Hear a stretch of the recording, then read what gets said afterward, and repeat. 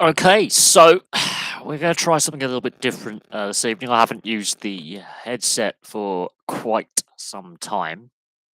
Uh, some viewers have complained.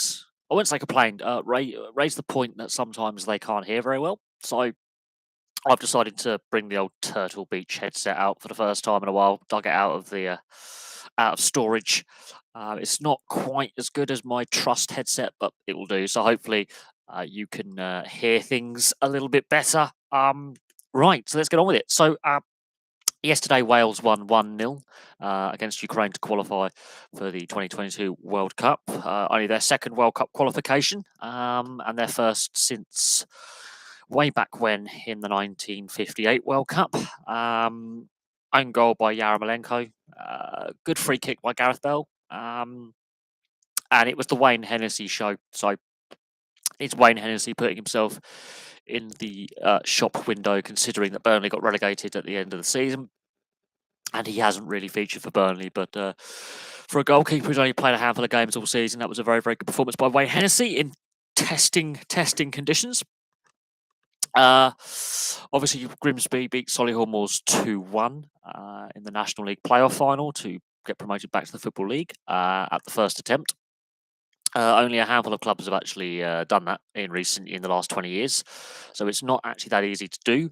And out of the last 20 seasons, only 4 teams have gone straight back down again. So hopefully Grimsby can start looking onwards and upwards in the Football League. Now, the National League chairman has admitted that they have taken on board the criticism of the ticketing price, which was roundly criticised by fans. There was a lot of fans who were highly critical of that. Who do I think will win Origin? Too many. I think. I don't know. It's quite honest. I think Queensland's odds have shortened because they've got a more. I think the best way to describe it is a more settled side from last year. Even though that was an embarrassing first 2 Origin matches, they conceded 70 points to 6 or something. But they've got, they've got some key changes with their setup. They obviously have new coach. They've got new backroom staff, some debutants in there. New South Wales key players are missing. There's some players out of form that haven't been selected. So it's a difficult one. I'm more looking forward to the women's Origin, to be fair. I don't know what it is, but the NRLW, I was very, very impressed with this season's play, for which was technically last season. That wasn't actually played, of course. The 2022 NRLW season kicks off after Game 3 of Origin towards the latter half of the season. Honestly, when it comes to Origin, I couldn't tell you. I think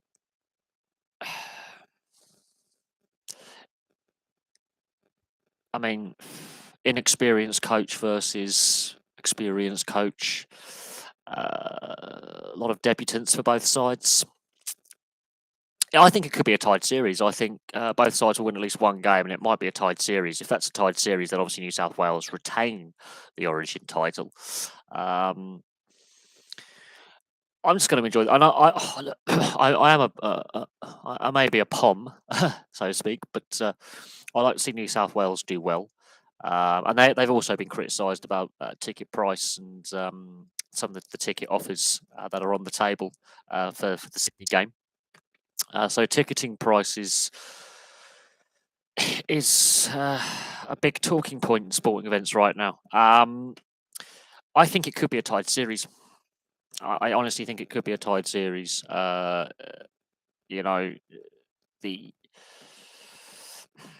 is a difficult one. I never predict an Origin going into it. This Queensland side isn't the Queensland side of old, and this New South Wales side is missing a lot of their key players as well. So both sides are not the sides they were in the last 2 decades. Let's just say that. That's the best way to look at it. They're not the strongest sides that have ever taken the field in Origin. I think when it comes to the halves combination, it's advantage New South Wales. but when it comes to the overall squad and squad stability, it's advantage to Queensland. But it's a difficult one. Very difficult. But another NRL news: Nathan Brown looks like he's coached his last game for the New Zealand Warriors. There's been reports coming out that obviously the Warriors will be returning to play at home in the next couple of weeks. First time in 2.5 years. I think it's in 2.5 weeks' time they play a home game at Mount Smart Stadium. Nathan Brown has had meetings apparently with the New Zealand Warriors management and said he's not willing to relocate to New Zealand.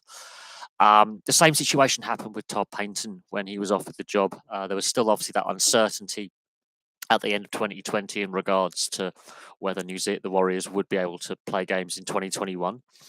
And obviously Todd Paynton's wife having health concerns for family reasons, Todd Paynton didn't take the job, which is why Nathan Brown was appointed. Now, Nathan Brown, when he was appointed last year, the initial plan was last year to return home by round 7. Now, obviously, that didn't happen. Obviously, New Zealand, the Warriors played another full season in Australia, but that was the initial plan. So why would he take the job knowing that at some point within his contract, the plan was to return to New Zealand? I don't think he coaches first grade ever again. I can't see how a Super League side either would be willing to take a risk on him if he's already,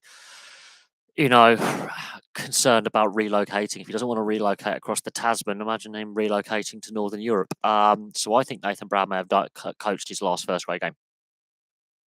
Do I have a team? Yes, I follow the Raiders and the London Broncos over here in the UK, who are currently playing in the second tier because we have a promotion relegation system. So the Broncos over here in the London Broncos and the Canberra Raiders.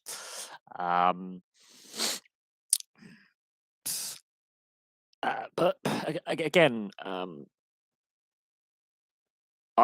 in regards to the Nathan Brown situation, as I say, I think he's coached his last game in first grade. Stacey Jones is set to take over on a caretaker, semi-permanent basis, at least till the end of the season. It looks likely. But it is basically been reported that he's not willing to relocate to New Zealand, which I find ludicrous. The name is in the title, New Zealand Warriors, and that is, he doesn't even want to do it on a temporary basis till the end of the season until a successor can be found. That's not good. Not a good look. And their season's been a disaster anyway, in comparison to the last 2 years. I think Todd Paynton would have been a very good fit for the Warriors, but obviously his wife's health precluded that. Do I think rugby should bring back Yorkshire about the War of the Roses? I think it might. I think that it would be nice to see if it was properly promoted and done in a similar way to State of Origin. It's whether we actually have enough talent of English-based players to actually make it a worthwhile game. The problem with Super League is it's not very well promoted. Yes, they've now got this shared TV deal with free-to-air and subscription TV over here, but I think they've chosen the wrong broadcaster, if I'm being honest. I think ITV or BBC would have been a better broadcaster to have the shared rights with. Most probably ITV, to be fair. BBC get the internationals and the Challenge Cup, so I think ITV would have been a better broadcaster to promote the league with. They've gone with Channel 4. They get regularly criticised for their sports coverage not being great, and a lot of political crap in there. I thankfully didn't watch the Nations League game over the weekend. The social media reaction to that was really not very positive. But no, I think it would be good. I don't like it when British sport tries to copy other sports and other leagues around the world. But we did used to have a Lancashire-Yorkshire match similar to State of Origin historically, like a county championship type of thing. You could even have a Cheshire team as well, actually, and a Cumbrian team that you could actually, put out a counties origin type selection series, very similar to State of Origin in Australia. But I can't see the RFL actually pulling it off because they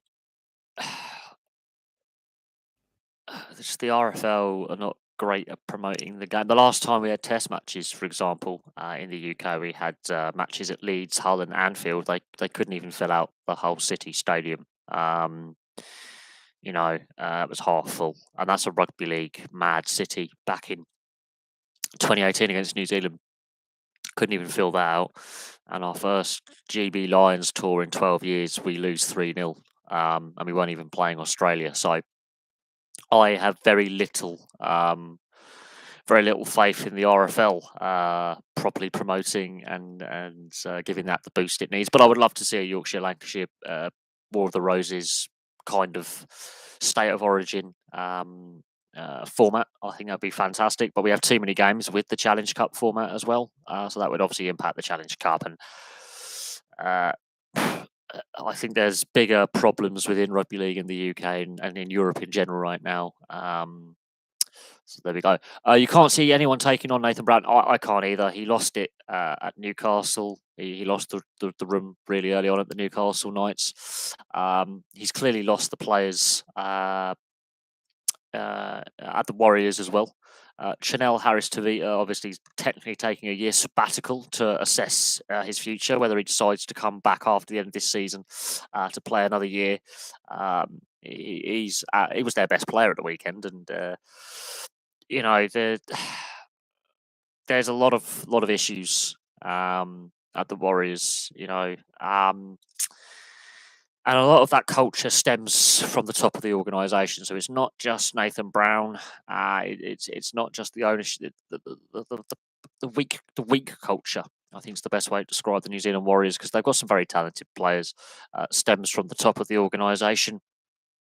I think they had the right thing going when they looked at Todd Paynton as an interim, and obviously, as I say, for personal reasons, he had to turn the role down for family personal reasons, which is totally fair and understandable if you actually know the full ins and outs of the situation. Because he did actually publicly state his wife is going through cancer treatment, and Australia is therefore obviously where he wanted to be based permanently, but he would have been a perfect fit for them. But and look what he's doing with the Cowboys. It took a little while, but he turned the Cowboys into a bit of a machine this season. But no, the New Zealand Warriors have had issues for quite some time. Do you think the Super League should introduce some rules on from the NRL, like the overruling from the video ref captain's challenge? Again, I wouldn't trust the Super League and the RFL to get that right either. I've got very little faith in either organisation to get the decision right. I would like to see a universal rule set to cover not only Super League and our leagues here in the UK, but also cover the NRL and reserve grades in Australia and the international game. I think this is where rugby union, in a sense, is light years ahead. It has a universal rule set for the game and the women's game as well. There's rule variations in the women's game, where again there's a universal rule set in rugby union. And you don't have that in rugby league. So it would be nice to see that universal, rule set applied globally. I think I prefer the NRL rules for the most part over the Super League and RFL. The game is at a quicker pace, a higher intensity, and a higher quality.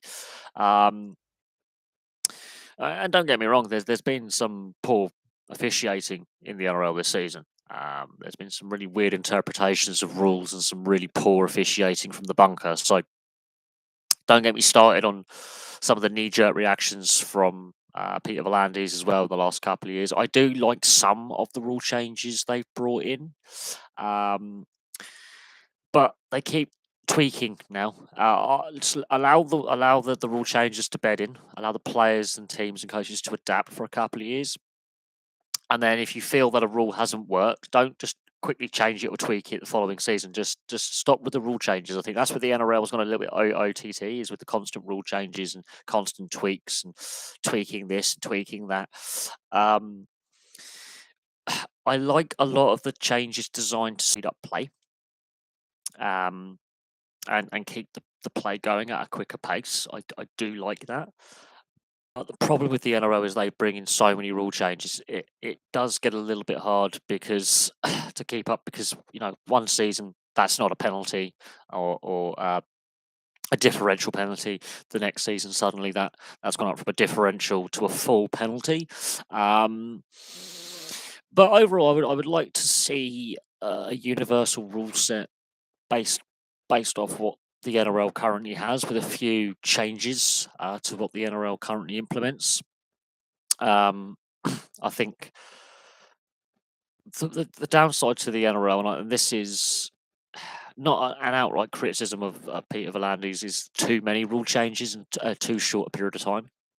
I think all the rule changes they've made, and I do think they can tweak some of them a little bit more, have been made correctly. I do agree with them. Fans are frustrated because I think a lot of rule changes have happened in a very short period of time. And that's my criticism. They've done too much too quick.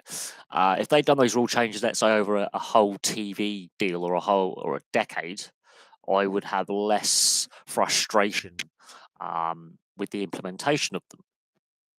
And I think that would be a perfectly acceptable amount of evolving the sport where it doesn't look too different from the sport it was a decade earlier. Now, basically, what you want when you bring in rules or take rules back is an old fan has, let's say, moved out of Australia, for example, maybe living in the US, maybe living in Europe, where rugby league obviously isn't as popular, goes back to Australia and still recognises the sport that they left behind. A lot of fans who may not have watched the NRL for a couple of years, for example, may have lived in the US or mainland Europe where rugby league isn't as popular, and just fall in love with European football, cricket, rugby union. They go back. They're probably like, "What is this sport? There's too many changes." Now that's where I have a criticism, is there's been too many changes in too short a period of time. But I think the changes are correct. It's just they should have timed them a little bit better. Hang on 1 second.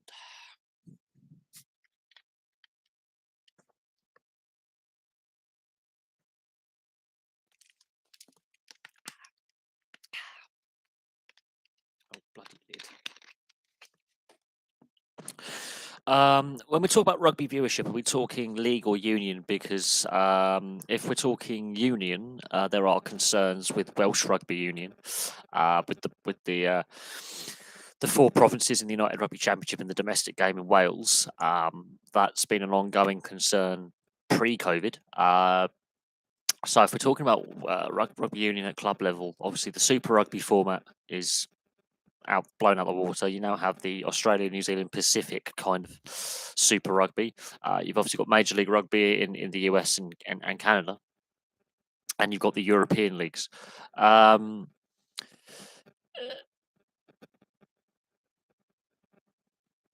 So that's a difficult question to answer if you're being a bit, because it's a vague question in the sense that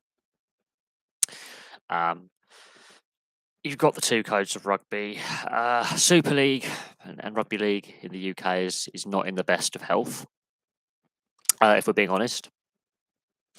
And there are concerns about how much longer Sky Sports in the UK will be the main bloody bugs, the main broadcaster. And this year's World Cup is make or break for the sport in this country. Welsh Rugby Union is in crisis. And obviously the Super Rugby format obviously is now completely changed to what it was back in 2018, 2019. I think both codes of rugby, both codes have got their highs and lows. And there are some concerns about finances in both union and league at various levels. Best song used as a chant in sport. That's a good one. Another one, Bites the Dust by Queen. We Are the Champions by Queen.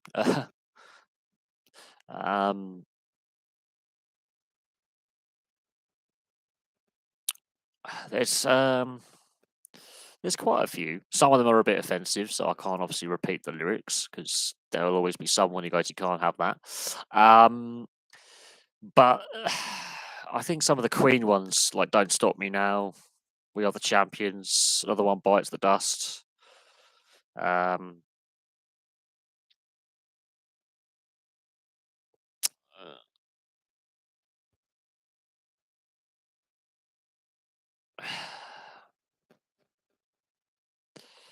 "We Will Rock You" is another good one. Um, there's been quite a few, quite a few of the Queen songs are picked up as sports chants. But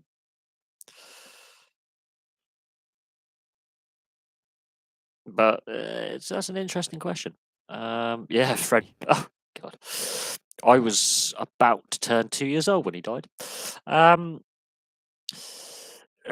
Genius, though, absolute genius, and he sold out Wembley better than England's football team can. So there you go, more than once. Hey. Uh, what else was I going to discuss? So yes, there is the fallout, as I say, about ticketing prices. Uh, Also, Joe Root is now past 10,000 test runs. So his first test after stepping down as captain, he wins the test match for England. I mean, that has got to be a mildly satisfying feeling for Joe Root, with considering the criticism that the England cricket side has faced, and that was a test that England nearly lost. Who was the best British athlete during the golden era of Queen? I'm assuming the late 70s, early 80s. Oh, that's a difficult one. Um, well, that is a very, very difficult one. Daley Thompson. There you go. Daley Thompson. There you go. That's that's my answer to that one. Seb Coe. I mean, there's quite a few sports teams that were quite good. I mean, the Wigan Warriors rugby league team at the time was doing 10 Challenge Cups in a row. If we're talking football, yes. I remember when the old Wembley Stadium was being torn down and replaced with what is now the new Wembley Stadium. So between 2001 and 2007, so for about 6 years, I think that's 3 qualifying campaigns plus friendlies. We took England took games on the road around the country. They used stadiums like the Stadium of Light, Old Trafford, St Mary's. Trying to think of some other ones. They used so many. Ellen Road, I think, Anfield. They used a lot of Premier League and Championship stadiums to play games in. That was well received by fans. There is the other nations do that. um, so it is worth considering doing it again.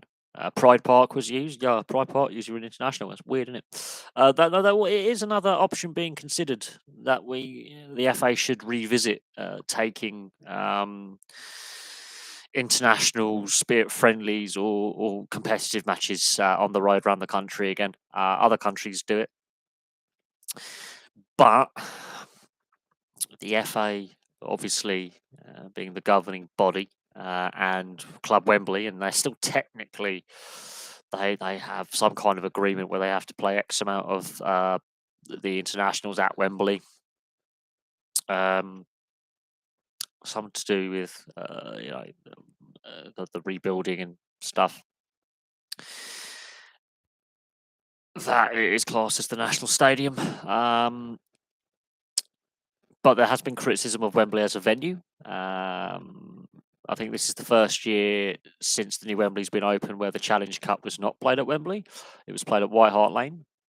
And there was lots of empty seats there as well. So the RFL and the FA, there's been growing criticism of the Challenge Cup final should be hosted elsewhere, a neutral ground as well, but further north. There's been criticism of the FA of having the semi-finals at Wembley in the FA Cup, and fans are saying bring back the neutral grounds, such as Villa Park and Hillsborough, etc., as the neutral stadiums. And a lot of criticism aimed at the FA over the Club Wembley ticketing and the price of tickets. All the playoffs have been the playoff finals have been heavily criticised for the price of tickets, and that includes the National League. They've all been heavily criticised over ticket pricing, and because obviously if that was a regular season game, away tickets are capped. The FA has also been criticised for the fact there's no price cap on FA Cup tickets. And this follows on obviously from the criticism of the Stade de France and the mayhem that was the Champions League final. The French authorities and UEFA have been heavily criticised for their handling of the Champions League final. And again, ticket price, ticket allocation, the amount of tickets that go to corporates has been roundly criticised for yet another year in a row. I think that's 10 or 20 years in a row now that the ticket allocation has been heavily criticised by fan groups. And rightly so. Rightly so that these criticisms should be placed. I haven't watched a single playoff game this year. I haven't got a team in the fight, so to speak, because the Jets did not qualify for the playoffs this year. So if I don't have a team in the playoffs, I sort of tune out. I've got friends who are, Rangers fans and Lightning fans who are probably watching as many of the games as possible. But no, I haven't. Watched any of the playoff games so far. I just don't have it. I don't have a team in my it's difficult, but when your team doesn't make it or gets knocked out early, then the interest just isn't there for me. Rangers, original six. They'll have a much bigger fan base.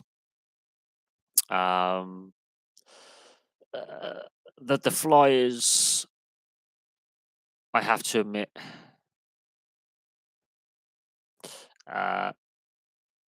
do obviously have a solid fan base because Philadelphia. You've got the Philadelphia Eagles, you've got the Flyers. They're the only franchise in the sport in town. New York, obviously, have got the Islanders, and then you've got the New Jersey Devils in Newark, which is just across the river. It depends on how they've formatted the playoff series. Fucking bugs are going to piss me off. It depends how they formatted the playoff series. Sometimes you have home ice advantages. You play the first game of the series at home. So it's at the moment under the current playoff format, it's home away, home away, home away, home. So in theory, if it was to go to a game 7, you'll be playing game 7 at home. Yes, I did work today. What a crap day. Weather was horrible. We had an accident at work. Van driver, courier, cut us up, ripped the front bumper off, and tried to do a hit and run basically with failure to stop. And I basically said, you're on camera. So that was a fun thing. And then as soon as I pointed to all the cameras on the truck, he suddenly was very willing to give over his insurance details. Yes, but New York City has got basically 2 teams, technically 3 teams in the New York City metropolitan area. But yes, 4 teams in total if you do count Buffalo, because the New Jersey Devils do have a catchment area in Newark, obviously in New Jersey, and also into the Connecticut and New York State areas. So it's a very congested sports market in the New York metropolitan area, and then you go to Buffalo, and then it's just them and the Buffalo Bills. But yes, I did work today. I wish I hadn't. got absolutely soaked. But I found a spare pair of work gloves, so I'm really happy in my flat. So because the work we run out of uniform, we've run out of staff, we're short staffed, which is never fun. That is so much more comfortable. Yes, they do have the Buffalo Sabres. I've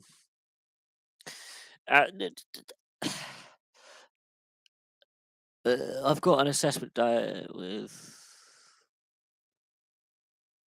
Openreach. Oh, I see. Fair play. Good luck. What I have got friends who've worked for the various the utilities. I've got friends who work on the utilities. Some good money. It depends on the role you're doing, but there's some good money to be had in the utilities sector. And technically, my job is also classed as a utilities sector, but there is some good money to be had in certain companies and certain roles within that sector. Openreach is not necessarily the most loved company. Like, how do you?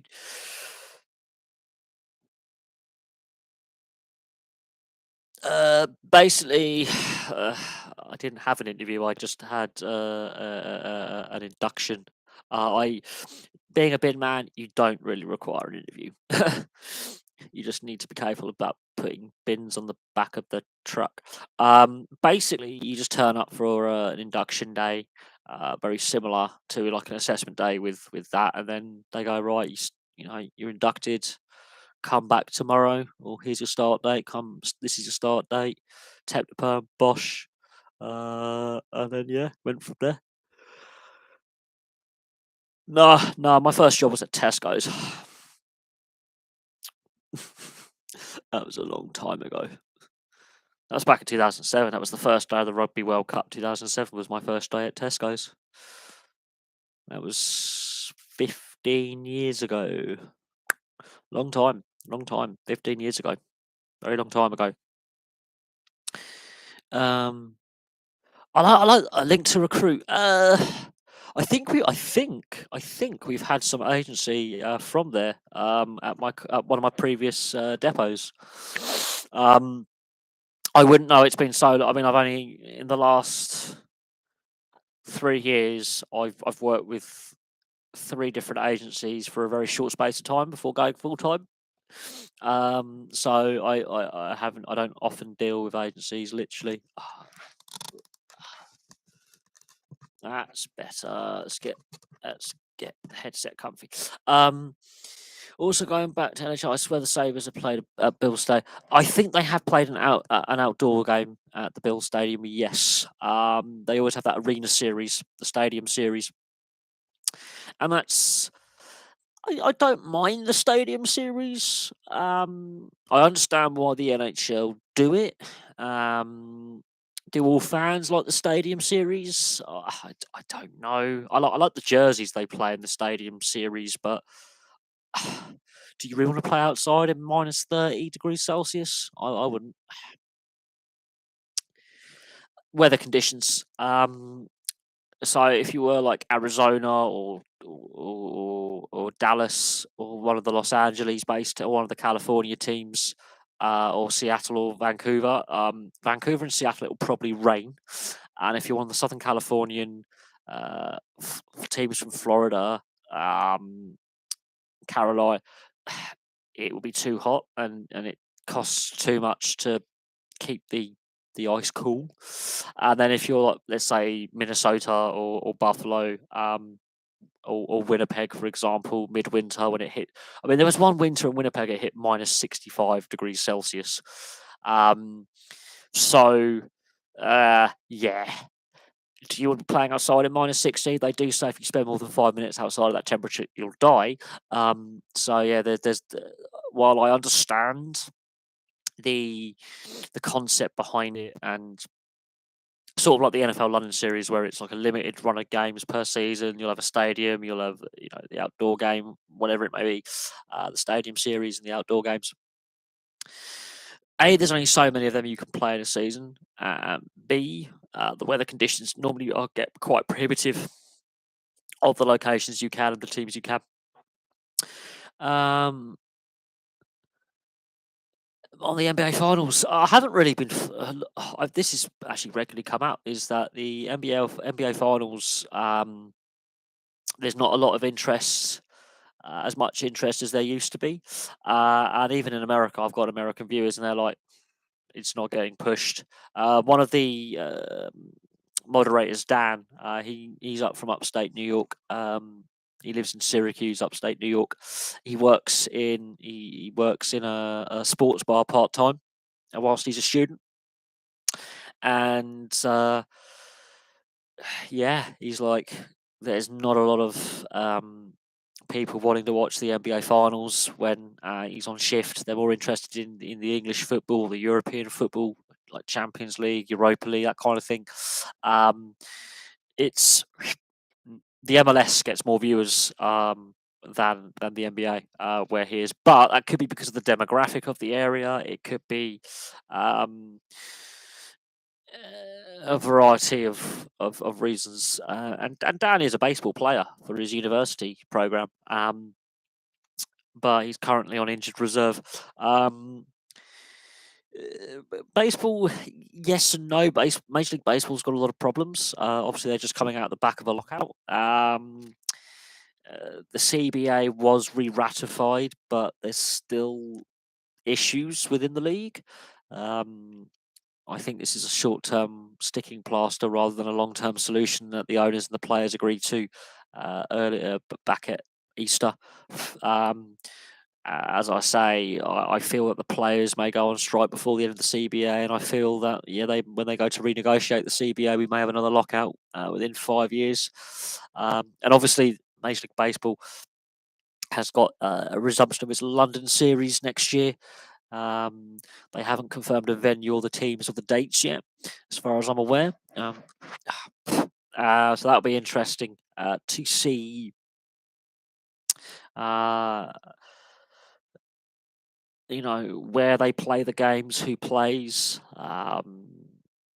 ticket price again. That was interesting last time in 2019. The upper end ticket price was deemed too high, and the lower end tickets sold out immediately.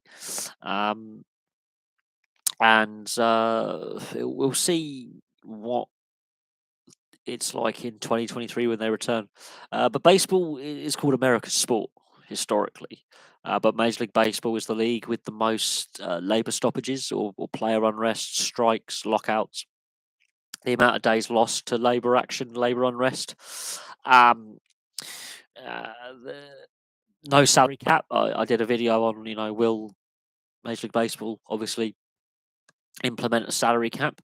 And there was lots of things I looked at in regards to Major League Baseball, in regards to the value of the salary caps in the other three major leagues. I didn't include the MLS in that video because the MLS just doesn't bring in the revenue, and its salary cap is exactly the same as the NBA's.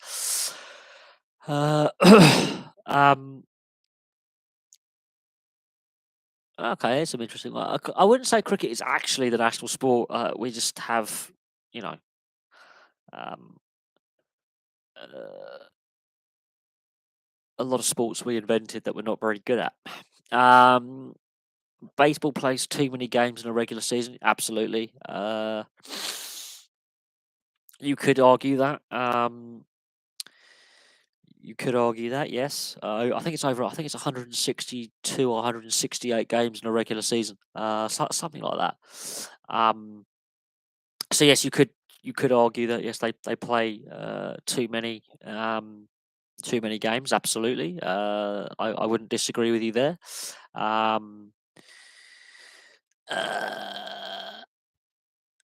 Well, Major League Baseball, according to was it last season, the 2019 season, the last season before COVID, or maybe the first season after COVID, with fans returning, they made like 10 billion. The NHL made 5 billion. Yet the NHL's league minimum salary is still higher after the CBA negotiation. So make of that what you will. The league minimum and the average salary in the NHL is higher, yet the league makes half as much money.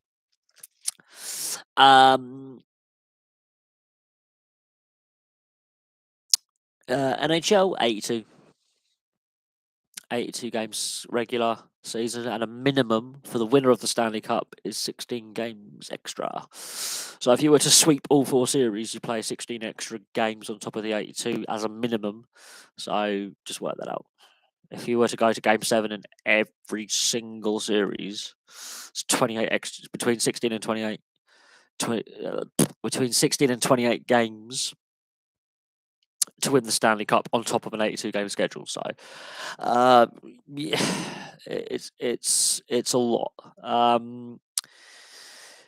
Yes, but you could argue that ice hockey is a more labour intensive in the sense of more physically demanding sport than baseball.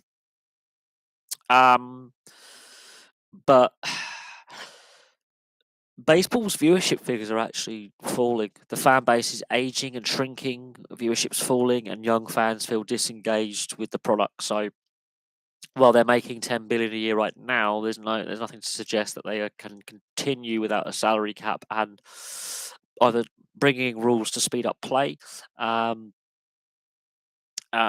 something, other ways to increase fandom and improve the product. No wonder the NFL is more popular because there's less games, more emphasis on. It's the way they market themselves. It's the way that the league is selling itself to the domestic audience in the US primarily. And the NFL doesn't have a Canadian team, so the other leagues also have to focus on selling to their Canadian team or teams. So that's an interesting one. Do I believe that the Jaguars will, I think the better question is, will London never have an NFL team? Well, the Jags have committed to playing for 3 more seasons. Hang on a sec. So there's that.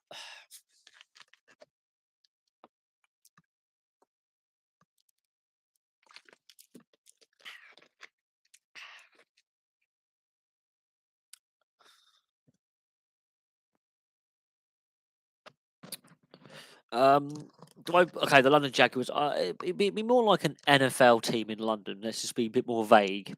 Let's just work on that principle. To be honest, economically, and this is from the NFL's own time frame. And again, I've done videos on this, admittedly a few years back now, but I have done videos on this. The NFL originally planned to have a team in London 12 years ago. Let that sink in. 12 years ago.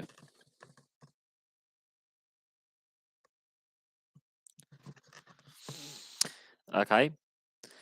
They first came here in 2007. By the time I actually made that video discussing will London ever have an NFL team, that was in 2018. After that year's London series had ended. That was 11 years into the London series. Now, obviously, we didn't have a London series in 2020 because of COVID. So in reality, in the 15 years it's been going, we've had 14 London series, games. Well, as in years of 14 seasons out of 15 since they first came here. The attempt to buy Wembley Stadium 4 years ago met with resistance, and Greg Clark, the then chairman of the FA, tried to flog the stadium for half price. Went down really poorly. The public reaction was very negative to the sale. Didn't endear the NFL to a lot of fans over here, with the Americans' heavy-handedness and some of the statements made. Plus, the Jaguars are a shit team anyway; they can't win. You're trying to sell a product that isn't very good in the sense. And while the NFL does have a massive fan base, not only here, but also in Germany, where they're now hosting games as well. So the London series is now grown to a European series. And you've got White Hart Lane in there as well.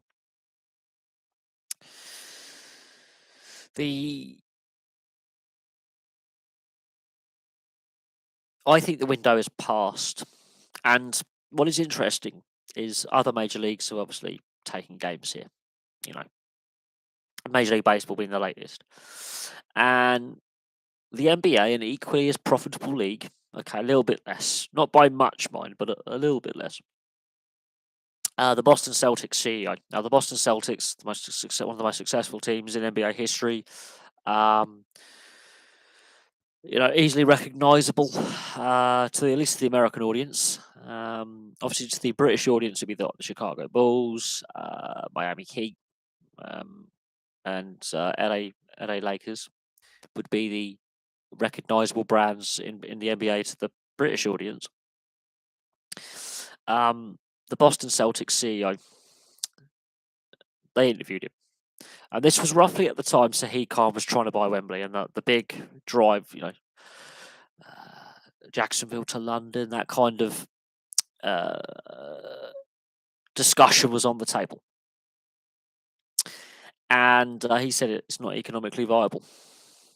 Plus, you then got to consider it will have to be ratified by the league to relocate a team by 2/3 majority, and the Players Association would also have to vote in favour of taking games as part of their CBA, which basically would mean a renegotiation of the CBA, the collective bargaining agreement, and that's a lot of hurdles. Then you have to consider that the salaries would have to be paid in US dollars, which actually on the exchange rate, which is very volatile at times, including at the moment, would impact what players actually took home. Plus, they would have to register for work visas and taxes. And our UK tax rates for high earners is pretty high in comparison to the Florida market where Jacksonville play, which make it difficult for the organisation to trade for players, sign free agents, and retain expiring contracts, retain players on their roster. So the team that they could put on the field will probably be weaker than the team now. Let that sink in. This is a really bad Jacksonville side. If the team they put on the field would be weaker having a team in the UK than they are now, you cannot sell that as a product to the UK fan base watching a team lose 8 games a season minimum in the NFL. Plus, the constant changing of TV times would eventually annoy the US audience, especially on the West Coast. Having TV times changed would not go down well with the US networks. Am I in a trade union? Not at the moment. I am considering, but not at the moment, no. But I do recommend, regardless if you vote left leaning or not, I do recommend being a member of a union, just to protect your workers' rights and there's a lot of benefits, like you get free assistance with you get discounts on health insurance if you want to get health insurance. If you legal issues, you get discounts on legal fees, and you get a free will written. Yes, jet lag as well. The time differential, it's 5 hours from the East Coast that we are ahead. It's 8 hours from the West Coast. I'm not sure the American fans or TV companies would be happy with, let's say, a lunchtime, a matinee game over here. It would be like, 3, 4 o'clock in the morning, West Coast. And if that's a West Coast team play, they would have to constantly change the kickoff time for TV constantly. And then if there was a game on a Sunday, for example, transport on a Sunday in London is a nightmare with all the engineering works constantly and reduced timetables.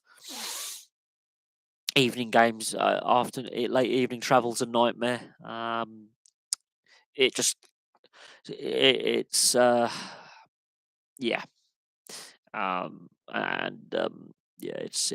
there's a lot of logistical infrastructure problems around as well.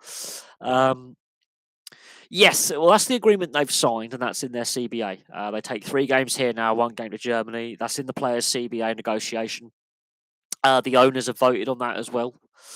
I think that was a unanimous. There is no move from any of the other ownership groups apart from Jacksonville to have a team in London. And so that's why it won't take place. The other owners are not on board. It would end up costing them money because then you can't call it the London series. So actually, ticket prices would have to drop to encourage fans to consistently come here. And then you're trying to sell to the purely British fan base. You're trying to sell to the British fan base where all teams are supported. So, yeah, automatically, if you put Jacksonville as a team, for example, in London, you've switched off 29, 30 other fan bases. So, make of that what you will. They've got to try and convert all those other fans to the Jaguars, hypothetically. And that's very hard to do because, ironically, sports fans in this country are ridiculously tribal to the point where it's almost like going to war. South Africa beat Brazil 82-0. I'm not surprised with that. Both countries are more rugby union countries, though, but I am surprised that South Africa have still got a rugby league program. You're surprised the NHL hasn't come over here more recently. Again, the NHL's overseas games are a bit more sporadic. And again, that's in their CBA about at some point agreeing with Sweden or Prague, like Stockholm, Prague, Nottingham, for example, Germany, Switzerland. They're a bit more sporadic, and I think they're taking an eye with what's going on in Eastern Europe quite seriously, considering there's a lot of Russian players in the league, and that could become a little bit of a political hot potato for the league. But the NHL could do better with a European series. Absolutely, they could do a lot better. But the NHL, it would be interesting to see. Not just the UK, but when they decide to go back to Europe again, and what location in Europe, and will they take it on the road? Because unlike the NFL, the NHL has an 82-game schedule, and to fit that in with that kind of schedule is exceptionally difficult. But it would be nice to see the NHL maybe do preseason games where all 32 teams pick a opponent from any of the European leagues, including the Elite League, and go, right, we're going to have a series of preseason games against a handful of teams in the Elite League or the Swiss League or the Swedish League or the German League or the Finnish Liga or the Norwegian League, the French League, that kind of thing, Czech League. That'd be kind of cool. And it would be kind of cool, let's say, if each of the NHL teams chose a league affiliate to play preseason games. I think would work better for the NHL. But again, that would have to be ratified by the owners and the players, and they would have to negotiate that as part of the players' CBA agreements with the league. So the collective bargaining agreement, we are going to take X amount of pre-season and regular season games to Europe in a given time frame. Let's say in this CBA, we'll take a percentage of each season. Each team has to play a minimum of 2 to 4 games or something in Europe, something like that. Or we'll rotate. Each franchise will spend X amount over the next decade, X amount of games.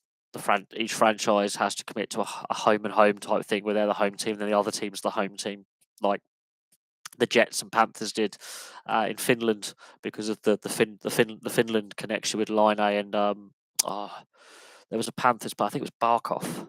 I think Barkov is a dual national, Finnish, Russian.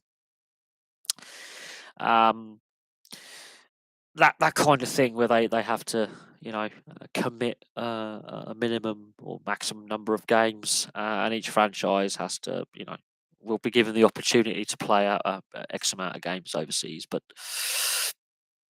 again, this is the thing. The North American leagues, they're franchise based. European leagues, we're not. We're club based. We're governed by leagues and governing bodies. And Barcelona and Girona tried to take games to the US. The fans went bananas. The league and the Football Association of Spain were at war with each other, and the players threatened to go on strike. So they very quickly shelved that idea. And it's the same with the European Super League. The fans were the ones against it, not and that forced UEFA into a corner to do something. Because if UEFA were like, okay, we'll consider this, then you've just turned your entire fan base against your product, which is not what you want to do at a time when money's tight. Clubs are losing money, fans are struggling, financially, less money available in the economy. Not a good idea to turn your customer base against you, because you'll be definitely feeling it in your back pocket. Talking about taking games overseas, that has actually been debated in the NRL as well. As there's a proposal on the table to take games to the US to try and grow the game in North America. So that's an interesting concept. We'll see if that comes to pass. It cannot be a one-off. It has to be a regular thing. Speaking of clubs, have you seen what's happening in Brazil? Again, it's very similar to the Premier League breaking away from the Football League 30 years ago. There's clearly a breakdown between the clubs and the association, the Brazilian Football Association, on how the games run. I haven't actually looked into it. I haven't really heard anything. I don't follow every single football story because I have a full-time job, and I there's not enough hours in the day. But it doesn't surprise me that governing bodies and clubs are in this situation. It's a power struggle to get concessions. That's all it is. It is a power struggle to get concessions. And the game in Brazil does have a lot of problems on an administrative level, and an infrastructure level as well, with stadiums not being in the best of condition at times, and a whole host of issues. But it's basically a power grab by the clubs to get concessions off the Brazilian FA for TV rights. That's what I would think it would boil down to.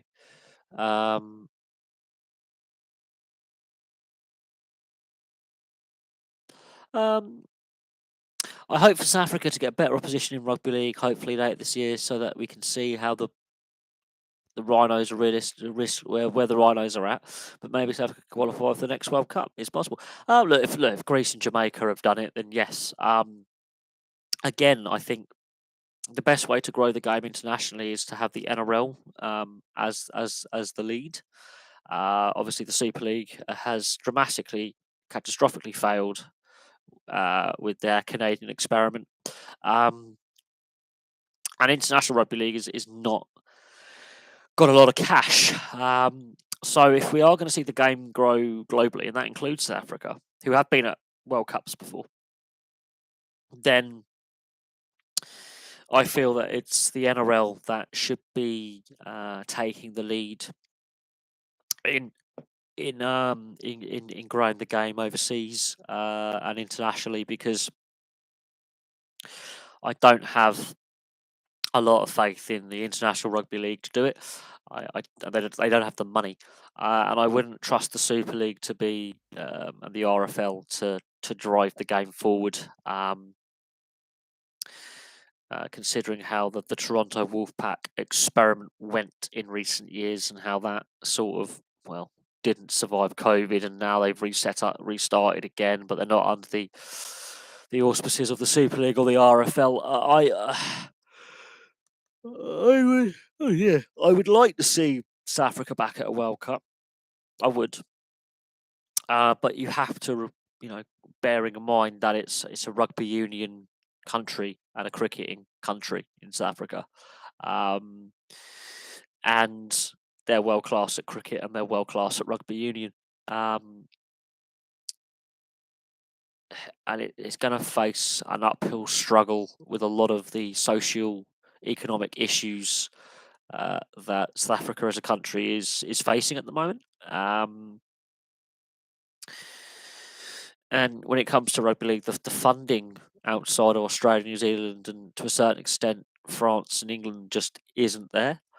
Don't get me wrong, it would be fantastic to see South Africa at a World Cup again. It would be absolutely fantastic.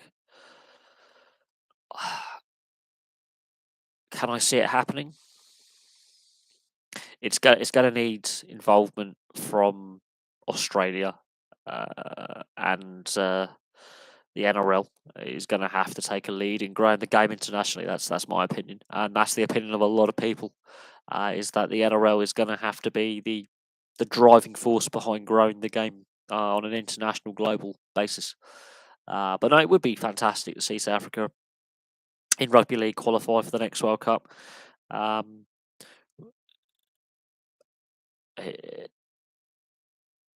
There is no doubt that they have the athletes to play the game. There's no doubt that their commitment to sport. It's the lack of investment, and it's the complete and utter mismanagement of the sport on an international basis that is hampering its development.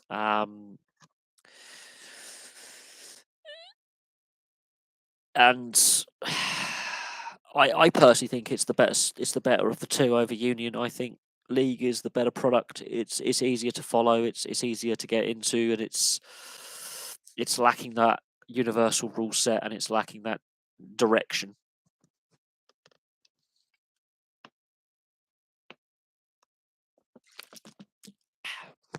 But hopefully we start seeing that those attitudes change and the investment come in, and hopefully we have a fantastic World Cup, which I'm really looking forward to at the end of the summer.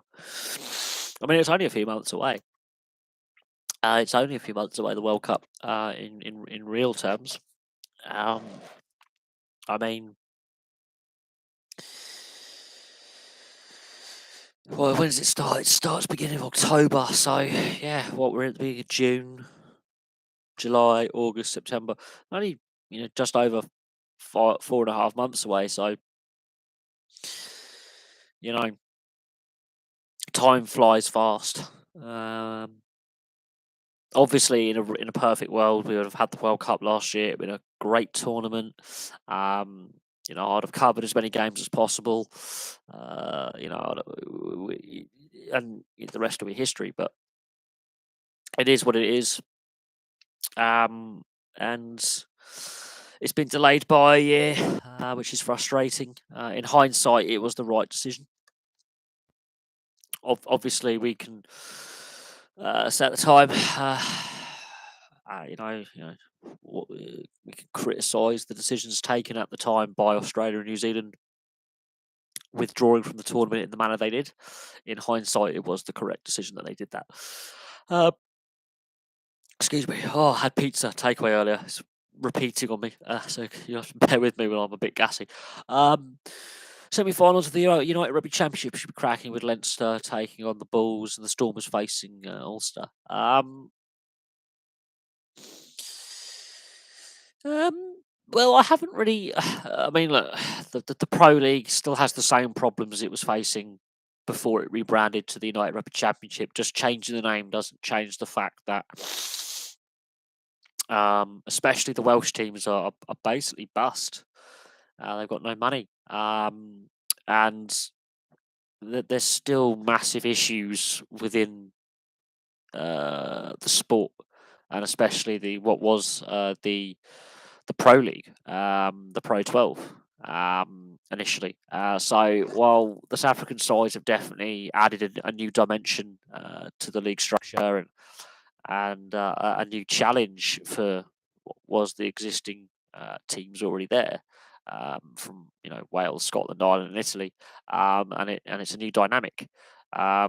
There are still massive issues within, and there's a talk about possibly merging the Welsh regions down to two.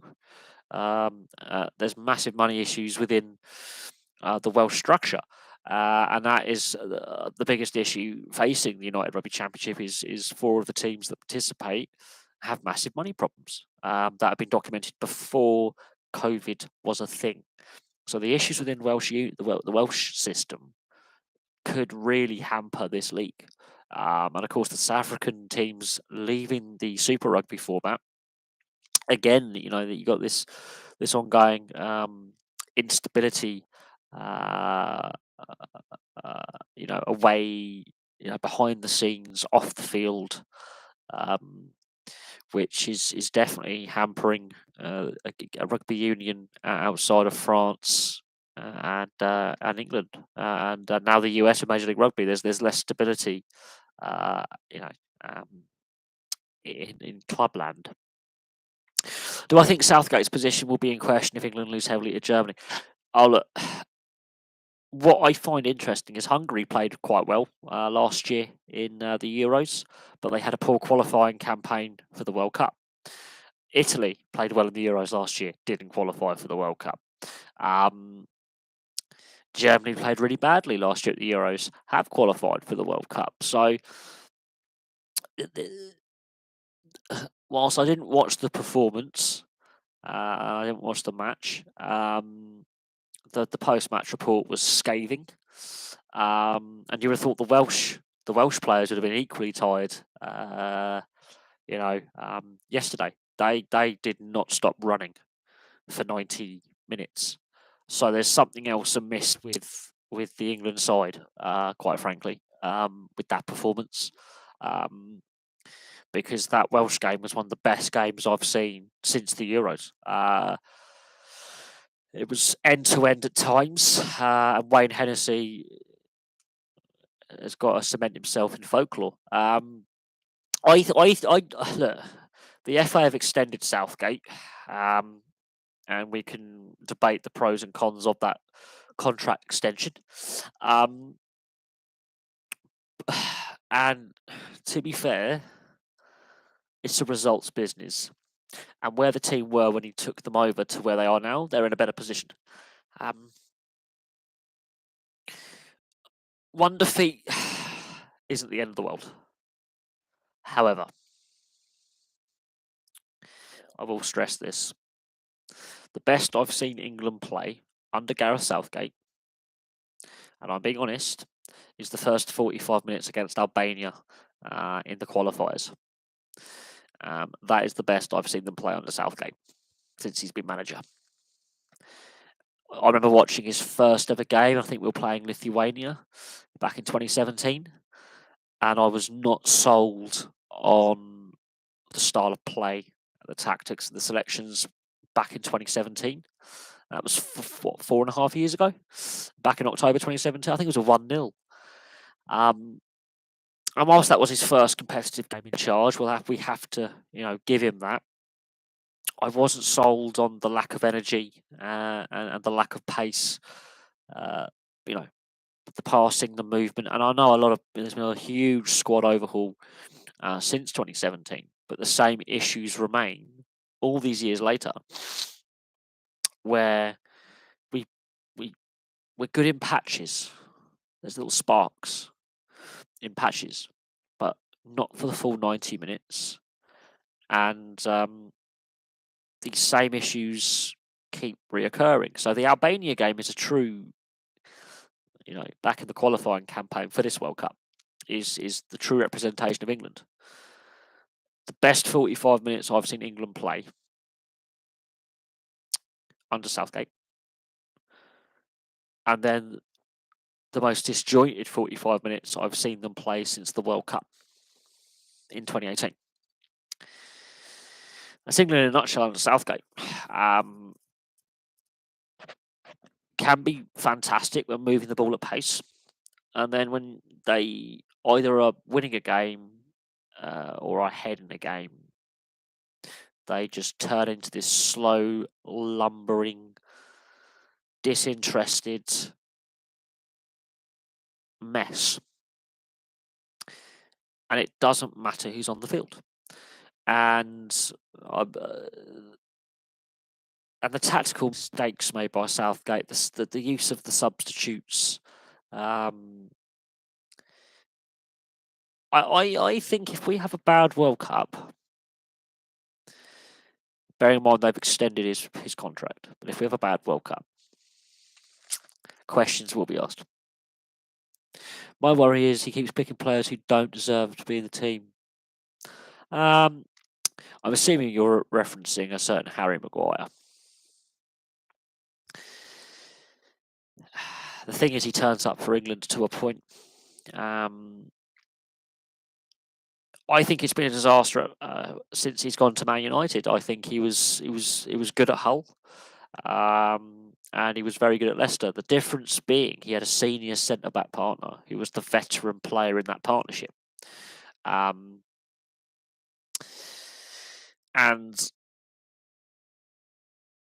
at Man United, he is the senior centre back, which is the problem.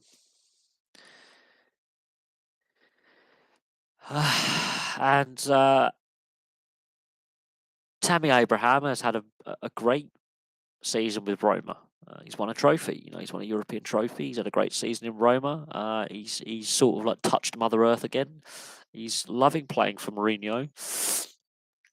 A different culture, a different direction. He's done him wonders. I think Ward-Prowse should be playing. Brilliant on the set plays. Brilliant passing game. Can open up a defence with long passes. Not in the side quite a lot of the time, which I find ridiculous. And then, veteran players like Jamie Vardy. Well, okay, I wouldn't select Jamie Vardy now, but can you imagine him at the Euros? Had the Euros taken place in 2020, for example? After the 2018 World Cup, he was like, I'm not happy with the direction this guy's taking the team. I feel I can still contribute. I'm going to retire from international football.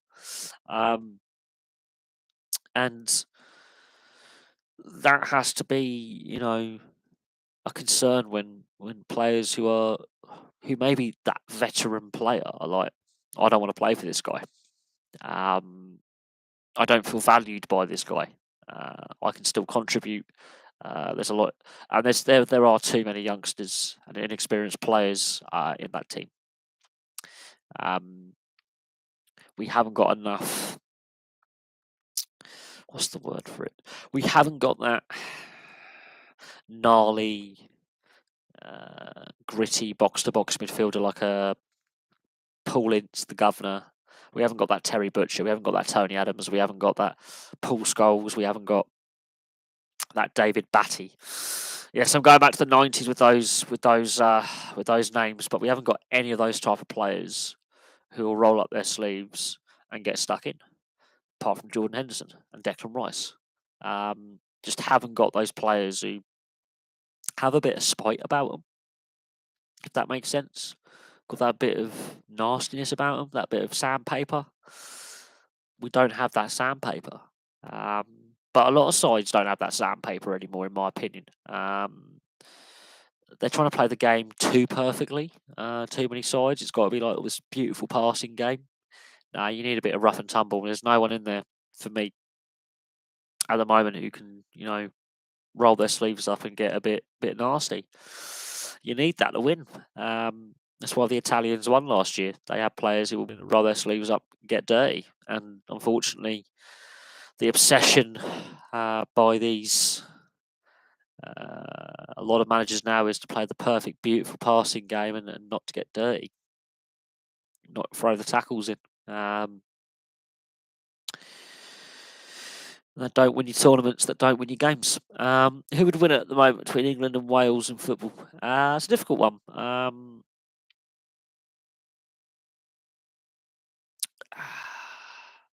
I think on the commitment, the passion, and the energy shown over the weekend, Wales by a significant margin. The only player to show any passion and commitment, from what I've read and the match report, is Jared Bowen, from the Nations League game against Hungary. That's a concern. For me, Jordan Henderson is the true captain of this England side. He's the true leader, not Harry Kane. It's Jordan Henderson. He is the true leader for me. Kyle Walker's too busy being a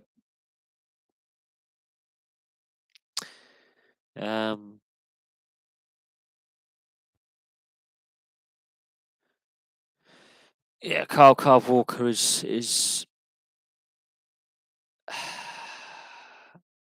too busy being a sex pest, and Sterling couldn't hit a barn door if he was the one nailed to it, because Sterling, he has got better with his shooting conversion percentage, so from shots converted to shots on target to goals.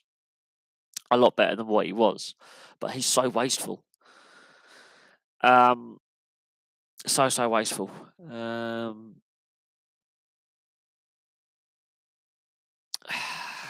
But for me, since his debut for England, Henderson is captain material. I think is the best way to describe Jordan Henderson. You see, whenever there's like a free kick or there's been a booking or a player's gone down hurt, he's the one doing all the talking. Now, whether his performance the other night against Hungary was good or not is another thing. But he's the one doing the talking. He's the one doing the organising. He's directing players around. Harry Kane doesn't do enough of that. And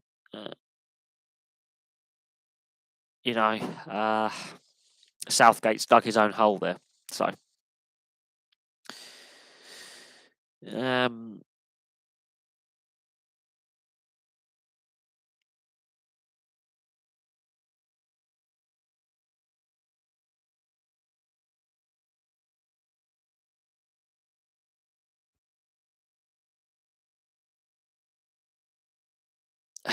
I think teams with bird nicknames are the Robins, the Canaries, the Magpies, Sea Eagles, Hawks, Newcastle United, Magpies, Bristol City, the Robins, Brighton Hove Albion, the Seagulls, Manly Warringah, the Sea Eagles, Rugby League, Seahawks, Seattle Seahawks, American football. I'm trying to think. Atlanta Falcons, Arizona and St. Louis Cardinals.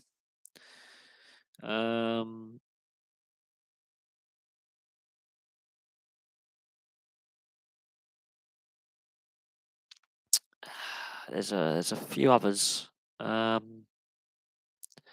Brain's got a bit. I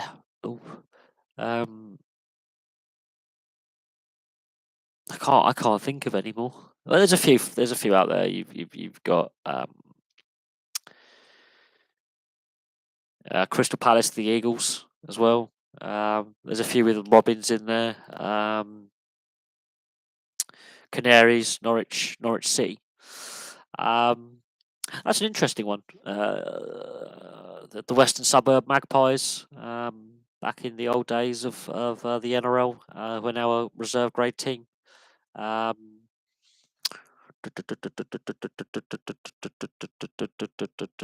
running out of There's a lot of Robins, yeah. There's a lot of teams nicknamed the Robins.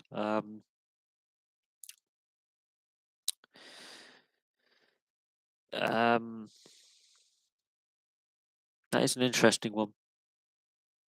The Black Eagles, yeah. Besiktas. Trying to think now.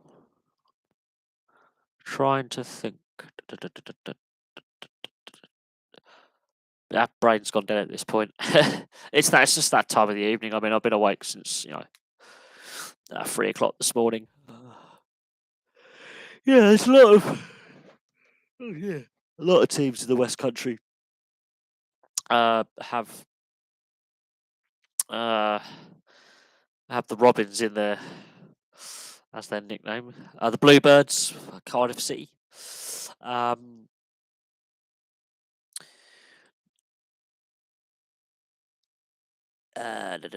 Don't care what you do for club when you do nothing for England. Am I?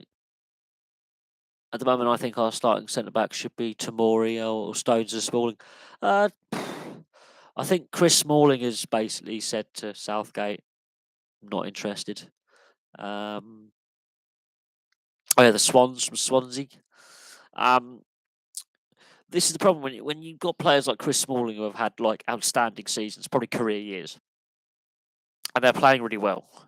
And especially with Smalling playing in a league that values defence, ironically, like puts a lot of emphasis on defence, and then not being considered. Ridiculous. Absolutely ridiculous. But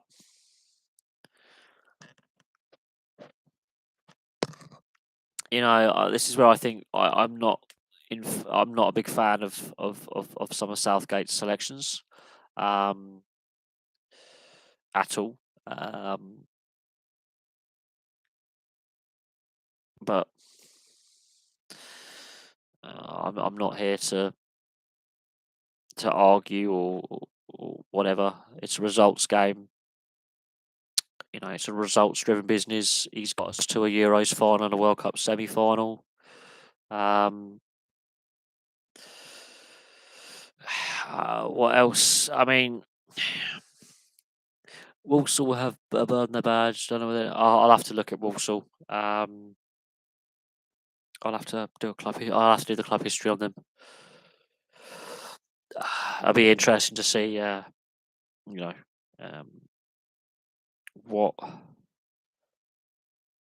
What their nickname actually is. I can't remember.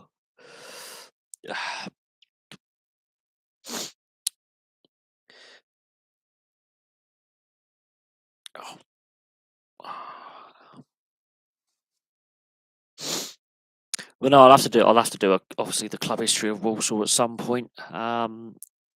That'll be interesting. What I dig up, quite frankly. That'll be very, very interesting. What their nickname is. Nobody mentioned the fact England could lose these first 3 games and me staring down the barrel of being. To be honest, I'm not a massive. I haven't. The Nations League format hasn't been sold to me, and there are better ways to fix the issues with the international calendar. And when you've got players like Kevin De Bruyne openly criticising the Nations League format, I think it was in the pre-match press conference before the Holland game, he was like, "These just over glorified friendlies. They're unnecessary. We don't need them." That to me tells you that the players aren't really sold, or not all the players are absolutely sold on this current international format. So Kevin De Bruyne, being a high-profile player, criticising the format should wake your wafer up a little bit. But this format was a rushed idea that was rushed through following the 2018 World Cup, because in the build-up to the World Cup 4 or 5 years ago, there was a lot of criticism over the amount of friendly breaks we're having, over the amount of international breaks, etc., etc. But I don't think UEFA fully comprehended. We'll take COVID out of it, but how badly the World Cup in Qatar would actually impact the European League seasons for a couple of years. Because it's impacted the season we've just had, and it's going to impact the season we're going to have, and it's impacted the international calendar. Now, if Euro 2020 had been played in 2020, the impact would have been mitigated somewhat, but even so, there is still that residual knock-on impact that is being felt. So it is what it is. To be honest, I've never been 100% sold on the Nations League format. It just doesn't work for me. It and then when you've got players coming out criticising it, that sums up my view. I'm not against altering the format to figure out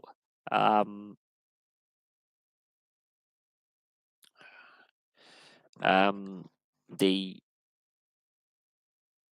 international calendar, but I'm not sold that doing this is the way to do it. If that makes sense. I don't care how embarrassing it is for the national side. I think that will then embarrass the FA more than England. You've got to expect to lose games occasionally. It's more the manner of the defeat that's the embarrassing side of things. But I think it would be more embarrassing for the FA considering they've just given Gareth Southgate a contract extension. Well, look at the criticism online about the performance the other day.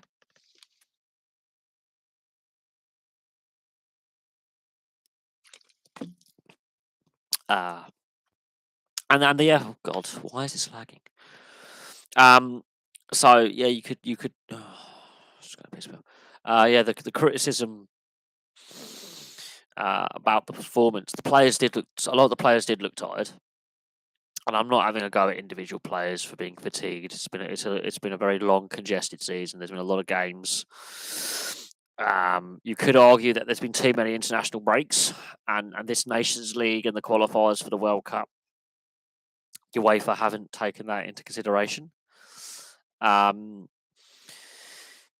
So player welfare, when you do have players like Kevin De Bruyne coming out going, this format sucks. Basically, it's basically what you were saying is this format hasn't actually solved the problems it was designed to solve.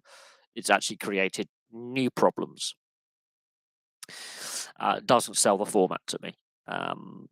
There are better ways to solve the international format problems. In the years in between the Euros and World Cup, so those years where there's no tournaments, have the qualification tournament for the following tournament in that end of season break where the Euros or World Cup would normally traditionally be, and then you just get rid of these pointless stop-start international windows, and then you actually solve the fixture congestion. It's a no-brainer. It just happens to mean that UEFA would make slightly less money. Oh dear, shame. That's how I would fix the international calendar. You just Euros, qualifiers, World Cup, qualifiers, Euros, qualifiers, World Cup, qualifiers. That's how I would do it. And then suddenly you've got rid of the international breaks every 5 to 6 weeks in the season, which means that the regular league season gets less interrupted. Which means then you have a bit more flexibility when games are postponed because of weather conditions or fixture clashes with the cup games like FA Cup, League Cup.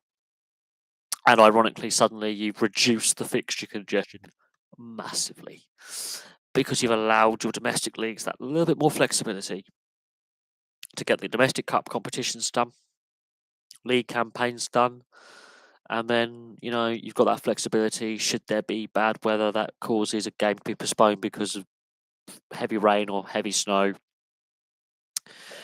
Also with the COVID outbreaks we've had, if there's an outbreak of illness, again, you've got flexibility. It's a no-brainer.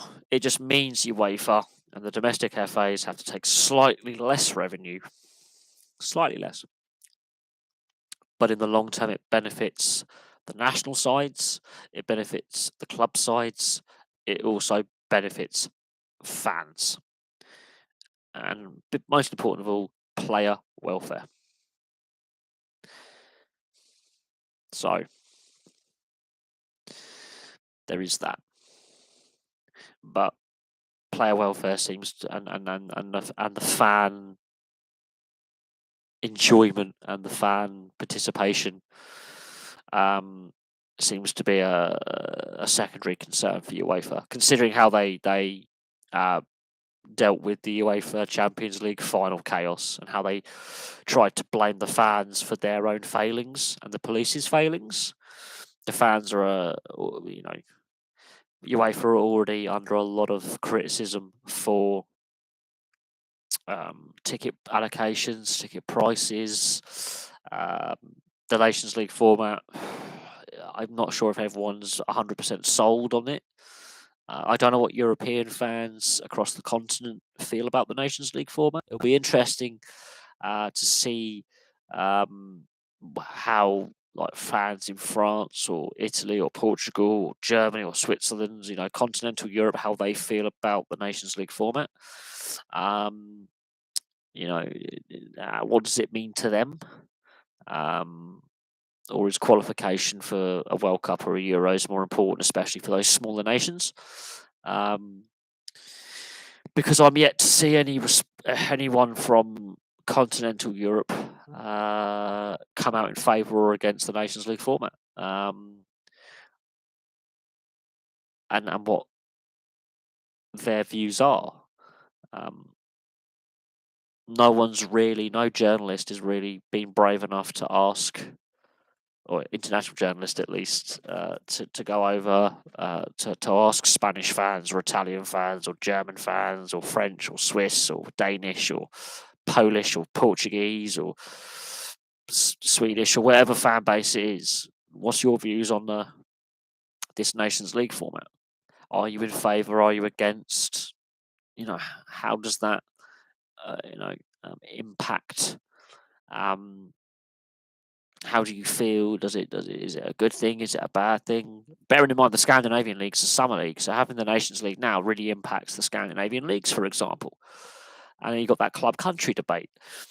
So while we're having this debate here in the UK and with the bad performance of England the other night against Hungary and the Welsh performance as well being so positive, and then you've got the Scottish performance being so up and down as for the home nations, and Northern Ireland having a defeat, and the Republic having a defeat.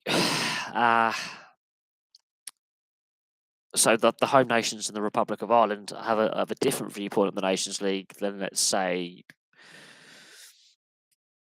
the Danish would, or the Dutch, or the Belgians, or whatever nation on the continent. And so it'd be interesting to see what fans on the continent feel about the format. Is it the right way to go?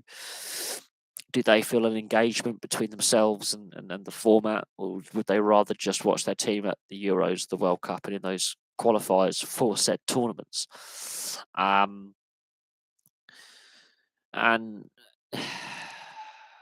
when you've got high-profile players like Kevin De Bruyne openly, pretty much slating the format, saying we don't want this, we're not interested. And I think the players for years have been saying we don't want friendlies unless they're warm-up friendlies for a tournament. They're basically saying we don't want these friendlies. We haven't been wanting these friendlies for 20, 30 years. I think UEFA have got this one wrong. But the format's only like 3 years old, and COVID's heavily impacted it. So while we're nitpicking the format a little bit, I don't think it will last as a format. It's like the Home Nations Cup, which we used to have. The Home Nations. The Republic of Ireland, Scotland, Wales, and England only lasted in the 70s. Didn't last very long either. And while that was a good idea, it didn't last for a variety of reasons. So I don't think the Nations League format ultimately stands the test of time. I don't think it will last long term. In a few years' time, we'll be laughing at what a mistake it was, and I wouldn't be surprised if in between a Euros tournament and a World Cup, that year in between is the qualifier where you play all your qualifiers for the following year's international tournament. I wouldn't be surprised if that ends up being the format and the Nations League is got rid of altogether. Because I see the fans' views on it as so mixed and not overly positive, but at the same time not overly negative, but very very mixed reviews. Do I see the Conference League lasting? How do you mean Conference League? The Nations League? No. In what sense, Conference League? What are you? What are we talking? National League in football? Are we talking this Nations League in international football?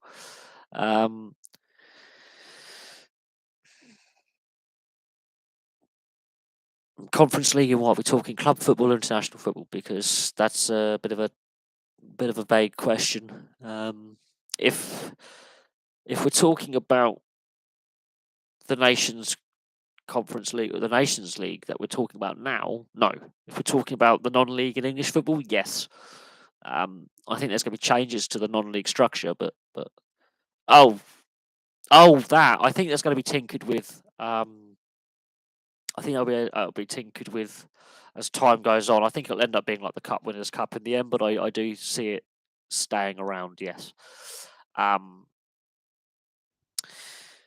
But again, it's its first season, so let's see what it looks like. 5, 6, 7, 8 years down the line. I think it's too early to tell in its history. I think we'll see how it pans out. I can see it evolving, so to speak. I can see a sort of return of the Cup Winners' Cup in a sense via this Europa Conference League.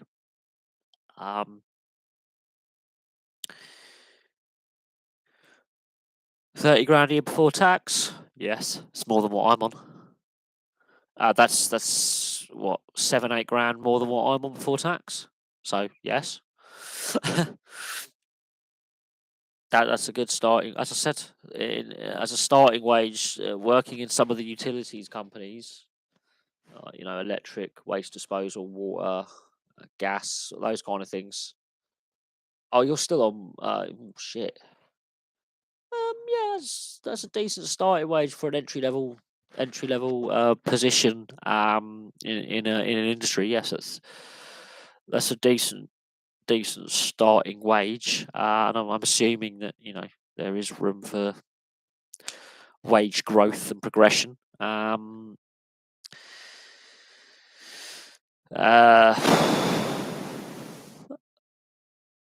think that's a little bit more than what I'm on now. I think that's a fair starting wage. I know it's 100 grand that you get taxed really bad. It's trust me. My mum is on the highest tax band. It's the top tax band where you get hammered. The middle tax band is a bit crap. And I think that's the one that's the most unfair. I'm on the lowest tax bracket where you pay tax, and it's a disincentive to work. I think they've got the tax brackets wrong. But again, that's another topic for the other channel. No, it's 50% above 100k. It's 40% between 30 to 100. Or is it 40 to 100? Shit. I should know this. I'm on the 20%. I'm on the 20% band. Then the band above is 40%. Then 100k plus is 50. So I can't remember. I think it's 20 to 50 or 40 or something. Basically, low earners, if you earn below 12,500, you don't pay any tax. If you're earning between 12 and I think 30,000, you pay 20%. And then the next bracket is 40, and then anything over 100k is 50. I should know the actual tax brackets because I'm actually arguing my tax code at the moment. I'm having an argument with the tax man at the moment about my tax code because I think I'm paying too much. Good evening.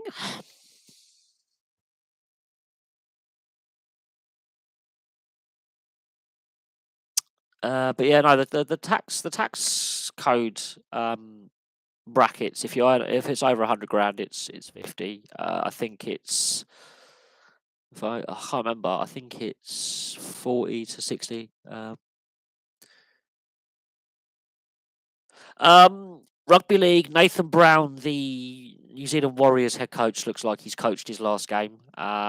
When he was appointed head coach last year, the plan was to return to play home games in New Zealand by round 7 of the NRL season last year. Obviously, that didn't take place. COVID obviously got in the way of that. The team hasn't been performing well this season.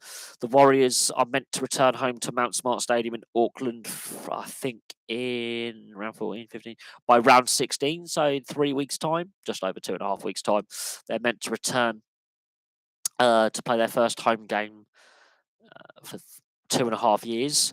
And he's basically come out and said he cannot commit to moving to New Zealand.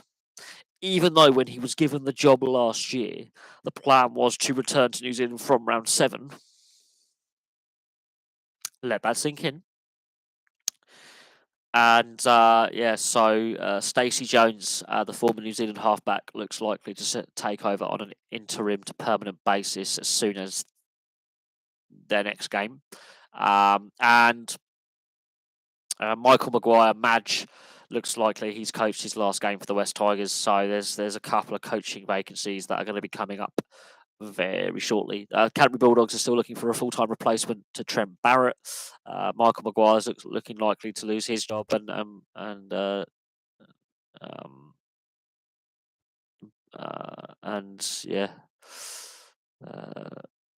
Brown is so Darren Brown is So basically, in the NRL, there's a fair bit of discussion in regards to coaching merry-go-round. So we could see 3 clubs without a permanent head coach by as early as tomorrow morning, our time, basically. We'll see. Rafa Nadal may not play at Wimbledon if he requires constant injections in his foot because he's got a degrading issue with his. He's got a condition where it causes pain in the bone joints in his feet, and he needs constant pain-killing injections, and he may not play in Wimbledon. He might have to retire, even though he's just won a record French Open and his record 22nd Grand Slam. He might retire. The only sports other than sports news I could find is Mbappe is now the most valuable player in the world. Also, something about Nadal. Nadal's got this condition which basically it's the bones in his feet. I forget what it's called, but basically he's been having steroid injections and pain-killing injections in his ankles and feet for years. And he's reached the point where he can barely walk without these pain-killing injections. And I forget the name of the condition, but he basically is just pretty much hinted he's going to retire. Yes, he in the semi-final he left on a wheelchair. Yes. Again, clay's one of those surfaces like grass.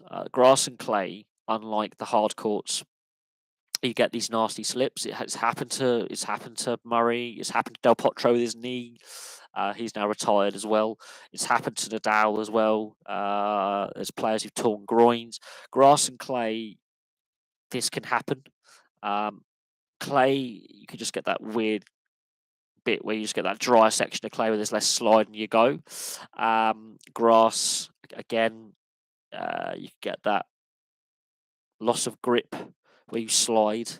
And Andy Murray famously did his ankle when he was a lot younger. And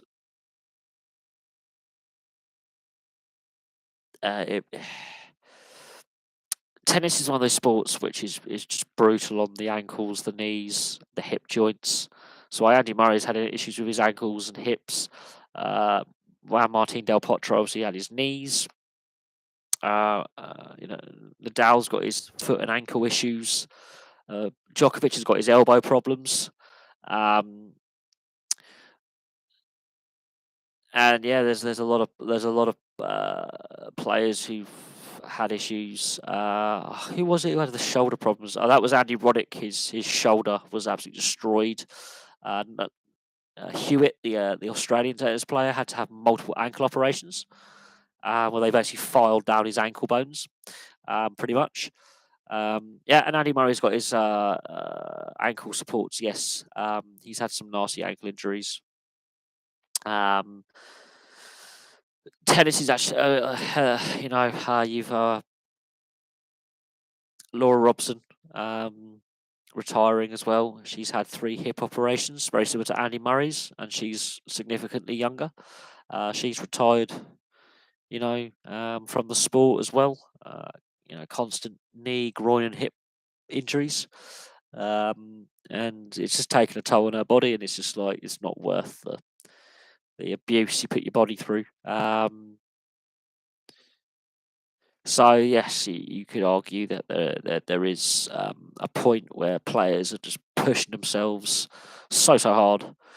I think out of the top players, Del Potro, for the fact he managed to A, win a major, and B, was basically playing on one leg for half his career. He's that imagine how if Juan Martín Del Potro didn't have his knee problems, how good a player he would have been. Just let that sink in. He was playing when he played Andy Murray. Was it the semi-final or the final where Andy Murray won his first or second Wimbledon? He was playing Murray in the later stage of the tournament, and he was basically playing on one leg.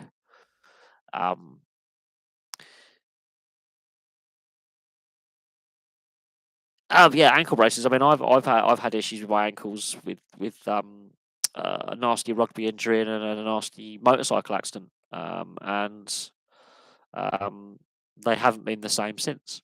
My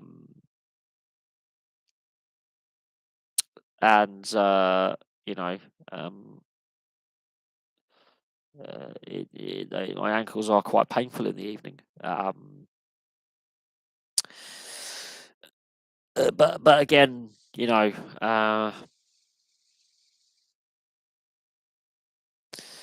obviously everyone's body heals differently at different rates, and yeah, some people obviously need surgeries to assist them in their recovery, and there's been some pretty nasty injuries that I'm a massive rugby league fan, and I've seen some pretty nasty ankle and knee injuries that like players have suffered in recent seasons. Sean Johnson, the New Zealand halfback, he's done his Achilles, he's broken his ankle, he's torn his groin, it's horrific.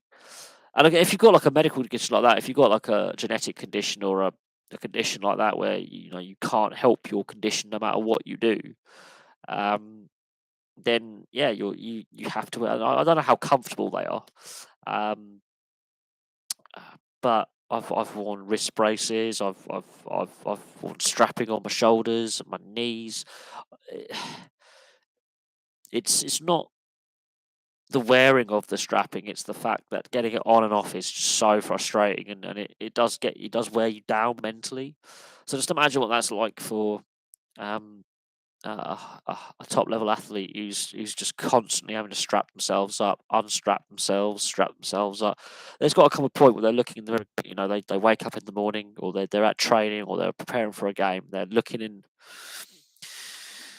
maybe looking at themselves in the mirror as they're strapping up, or they're looking at a teammate going, "Why are we doing this?" But when you've got a condition where you've got that genetic problem or that health condition which you can't help, it does get you down mentally. It does.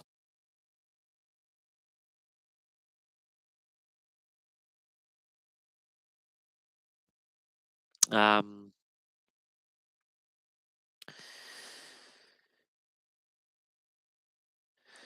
so, I mean, I don't know how that makes you feel mentally when you know you've got to wear these straps every single day, and you've got a condition which is affecting your ability to do things and go around daily life.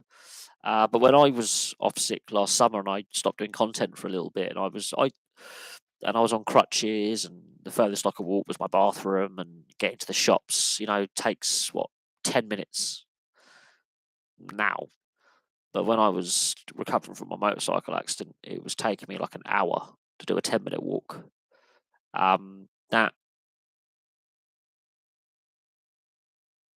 That really that started to get to me for a bit, and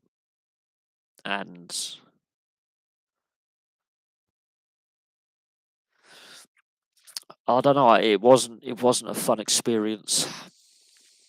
Um, it really started to get me down, and so I have every sympathy for someone who has to like go through it every day.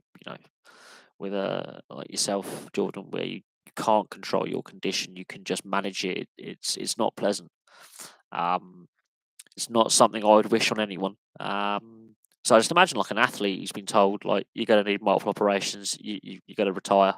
Either you retire and that's got to get in your head a little bit. Especially when you keep having the same injury over and over again. Like some players just constantly have, like Ledley King for Tottenham. Concussion is horrible. I'm still, even now, what, 10 months later, still having um, um, um, after I collapsed in my kitchen. I bashed my head. I'm still suffering with the effects of concussion. Those post concussion symptoms. It's called post concussion syndrome. It's not pleasant some days. Some days, even when it's overcast, like it was today, I would have to wear sunglasses some days because I get bad sun glare headaches or brightness headaches. It's not pleasant. And uh, uh, yeah, the concussion side of it is not pleasant. Repetitive injuries, that's got to be frustrating. Um, but there's players like Dean Ashton who retired young because he just couldn't. I think he retired at the age of 25 because injuries just kept mounting up, and it's just Ledley King could only play one game in three by the end. Couldn't train half the time, if at all, with his knee problems. Um, but no, concussion is brutal.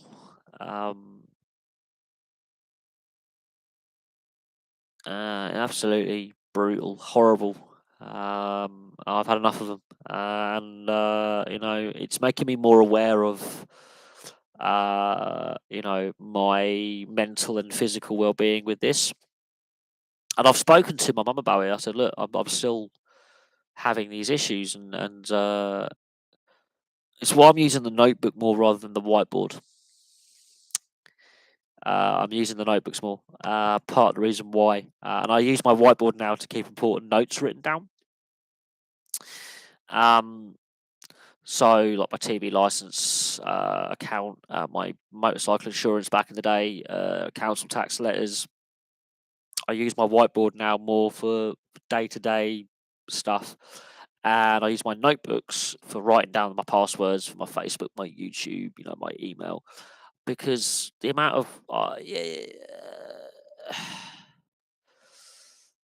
it's James Haskell. I mean, James Haskell. I went to school with James Haskell. I don't particularly like him as a person. I've met him. He's not, and I know him. He's not particularly nice. But he's one of those gym monkey players, who just constantly. That is a lot of As I it depends on the position you play. This is the thing. If you actually have a good tackle technique, I do stress this, and you can hit with a lot more force than you realise if you have a good, safe tackle technique. What I'm noticing more and more is the tackle technique is absolutely shocking. The body position of the player being tackled as well is absolutely shocking. Like leading with a forearm like that. That's what the handoff's for, not an elbow. Like raising the elbow, raising the knee. It was always happening, but it seems to be more prevalent. The player committing to the tackle, the player being tackled, ducking into the tackle. The actual technique on the collision is, in the last 20 years, has completely gone down the toilet. It's progressively got worse. I think it bottomed out in around 2015, 2016. It got to its worst. They are trying to introduce rules to improve it, but because of 2 decades of basically being coached to tackle badly as well, and bad habits being allowed to be tolerated for so long, and with the emphasis, and this is what I don't like about, especially with the younger players being told to bulk up quite young. I remember when my cousin, who's a few years younger than me, when he was like 15, 16, his coaches were telling him to hit the gym, bulk up, bulk up, bulk up. And I'm thinking to myself, what happens if he decides when he's 18, 19, maybe if he, after university, he doesn't want to play rugby anymore?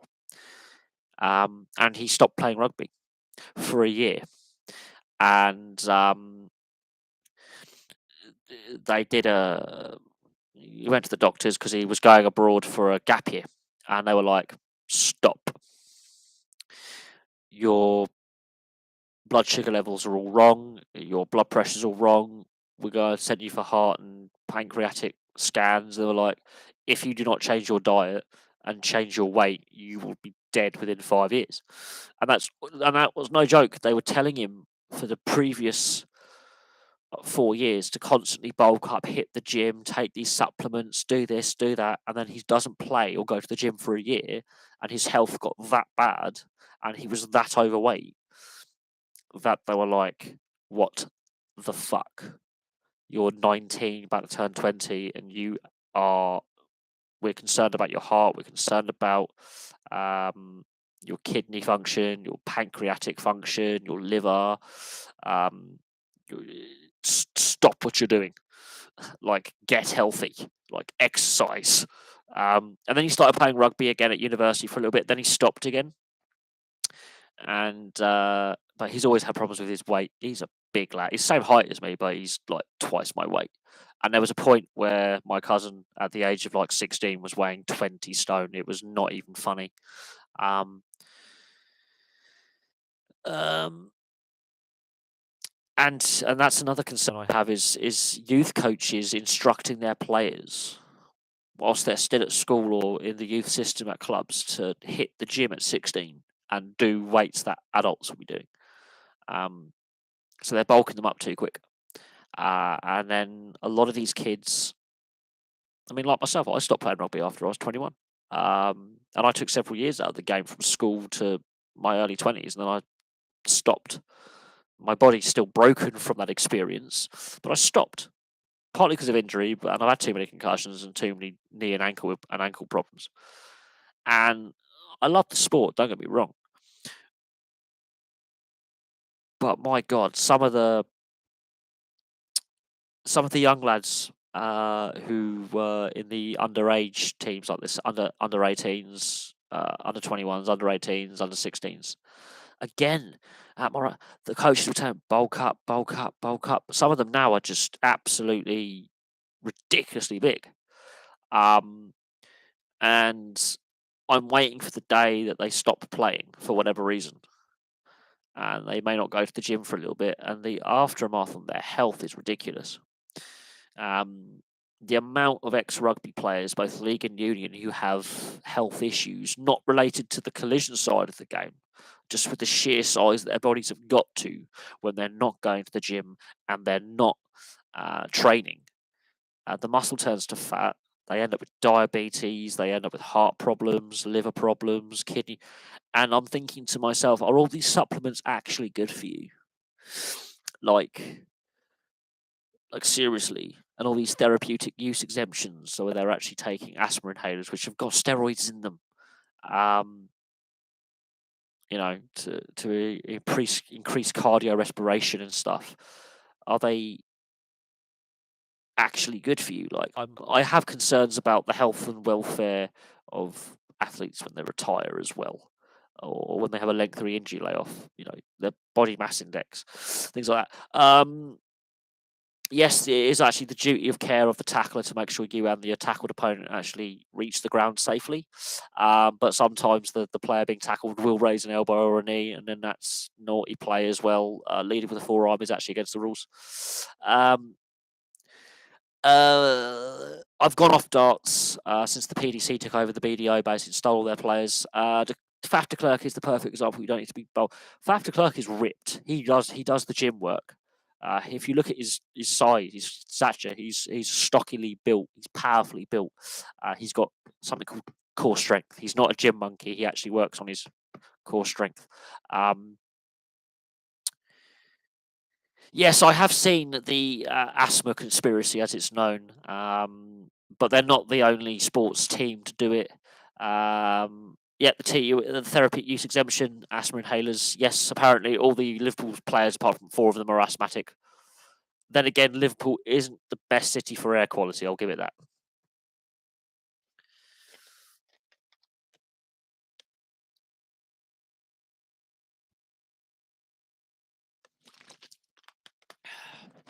Then again, as I say, Merseyside is not the best city for air quality. Neither is London. I think Chelsea have a similar number of players as well. All the Premier League sides do it. Well, apparently 80% of the playing squad are asthmatic, but in the real world, it's about 10% of the population. So the Liverpool squad is 8 times more likely to be asthmatic than the average population. This is where I find it ridiculous that I know people who are asthmatic who do actually play sport, and they are at a natural disadvantage with their health problem. I also know people who are diabetic who play sport. Again, you're naturally disadvantaged with your health issue. However, when 80% of your playing squad is asthmatic, when in the general population it's what, 10 to 15%, depending on regional variation, that raises questions that they are abusing the therapeutic use exemption rule. Something like that, it's either 60 or 80%, something. I find that ridiculous. I really do. I find that generally ridiculous. But then again, I've been to Liverpool. The air quality in Liverpool is better than it was. It's quite Liverpool for a city is actually quite a small urban area in the size of geographical area, but it's a high intense population all on top of each other. Much like Nottingham. Nottingham for a population size is actually quite big, but the geographical area it covers is really intense. Population per square mile. So some cities do actually have really bad air quality. London and the southeast, shocking air quality. That's just me being a geography and a science nerd as well. Political geography nerd. We had to study air quality and politics and geography, and it's weird. But no, there is allegations that not only Liverpool but other sports teams are also abusing the therapeutic use exemption. Obviously, Bradley Wiggins, cycling. Apparently, loads of cyclists are asthmatic. Chris Froome, apparently, he's so asthmatic he needs the strongest asthma medication you can get. Trust me, if you're that asthmatic, getting up the stairs will kill you. So I don't buy this asthma bullshit. Because Chris Froome, and I'm going to stress this, the asthma inhaler he has to use, right? The levels of that medication are designed for someone who can't get upstairs without getting breathless. I'm literally right, I'm literally stating this. Chris Froome is also registered an asthmatic. Bradley Wiggins, it was for hay fever. That was Bradley Wiggins' one. It was antihistamines. Hay fever, because antihistamine is also a steroid. It helps your body fight an allergic reaction. It's the adrenaline. It's basically a substitute for adrenaline. Chris Froome's one, and I will stress this, and I'm not a massive expert, but I will stress this: the asthma medication, the levels of it were the levels you would give to someone who's basically got emphysema levels of asthma. So basically, someone who's so asthmatic that having sex could kill them. Right? Walking up the stairs would leave them breathless. We're talking about someone with such weak lungs. There is no way, he needs that medication. But there was a freedom of information request. Team Sky at the time tried to hide that. The team doctor in Team Sky has now been struck off the medical register. Let that sink in. Just let that sink in. The Jiffy Bag incident, let that sink in. That team doctor is now banned from being a doctor. Let that sink in. So while I love Bradley Wiggins, I do, the sport of cycling is finding new ways to get round doping rules after the Festina scandal of '98 and the Lance Armstrong revelations and Floyd Landis in 2006 and 2009. It's finding new ways to cheat, but within the rules. Because Chris Froome, when he was at the peak of his powers, was so asthmatic, in theory, he shouldn't be able to get up the stairs, let alone go up Mont Ventoux. I'm sorry, if you were that asthmatic, the doctor would tell you not to go to altitude because you will die. Quite literally, you'll be advised against air travel because you would be at too high a risk for health insurance. Just dropping that mic drop bombshell in there, which is why I have no faith in Chris Froome doing it clean. Notice he leaves Team Sky Ineos, goes to another team, he's shit. Who knew? And that's why some of the teams that do have clean riders are going, well, clearly they are cheating. We have suspicions. And yet Chris Froome gets really crappy in interviews when he's criticised. Notice, he's no longer winning. No one's interviewing him anymore. He's no longer important. Notice, not important.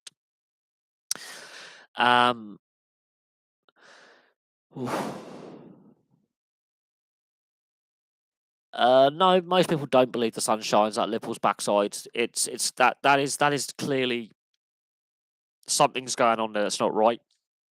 They're not the only club doing it. Every club tries to find a way, whether it's using aspirin inhalers or antihistamines to increase adrenaline to get round the therapeutic use exemption. That is a loophole that needs to be shut completely. If you are an athlete that requires asthma medication designed for someone who can't get up the stairs, you should not be a pro athlete. I'm sorry. That's not discrimination. That's fact. I know people who are asthmatic who need to be a bit careful with their old air sacs in their chest and the old inhalers. But that's generally avoiding smoky rooms, dust, things that can trigger an asthma attack. Stressful situations. So if you're doing exercise that's not overly stressful, that's you actually strengthening your lungs. But I will say this, some of the levels that they're being prescribed for asthma medication in those inhalers are designed for people who can't even get upstairs. People who would have to use a lift at the train station because going up the escalator or stair, or even getting on the escalator, could be problematic for them. And yes, I do know people with asthma that bad, they're basically classed as having emphysema. I know some people who are basically a step from emphysema who have to have air, the air tubes and breathing apparatus, but like a little air tank with them. So I don't buy that at all. That to me is suddenly what, we're all asthmatic? No.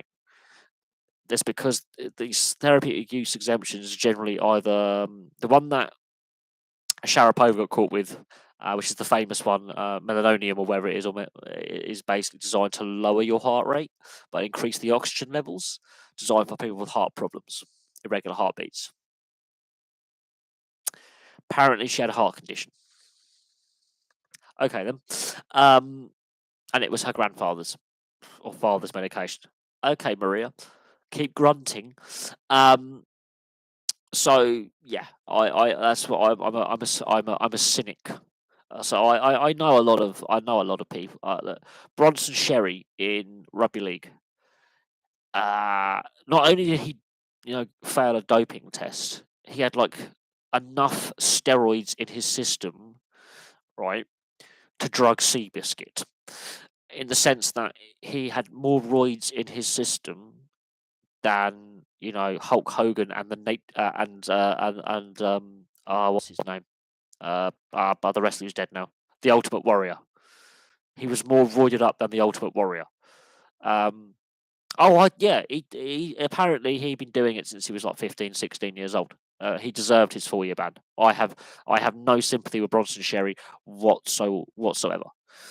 I hope he never. And they say, oh, he's only young. He was only like 20, 18, 19, 20 years old when he got caught. It was like 2 years ago.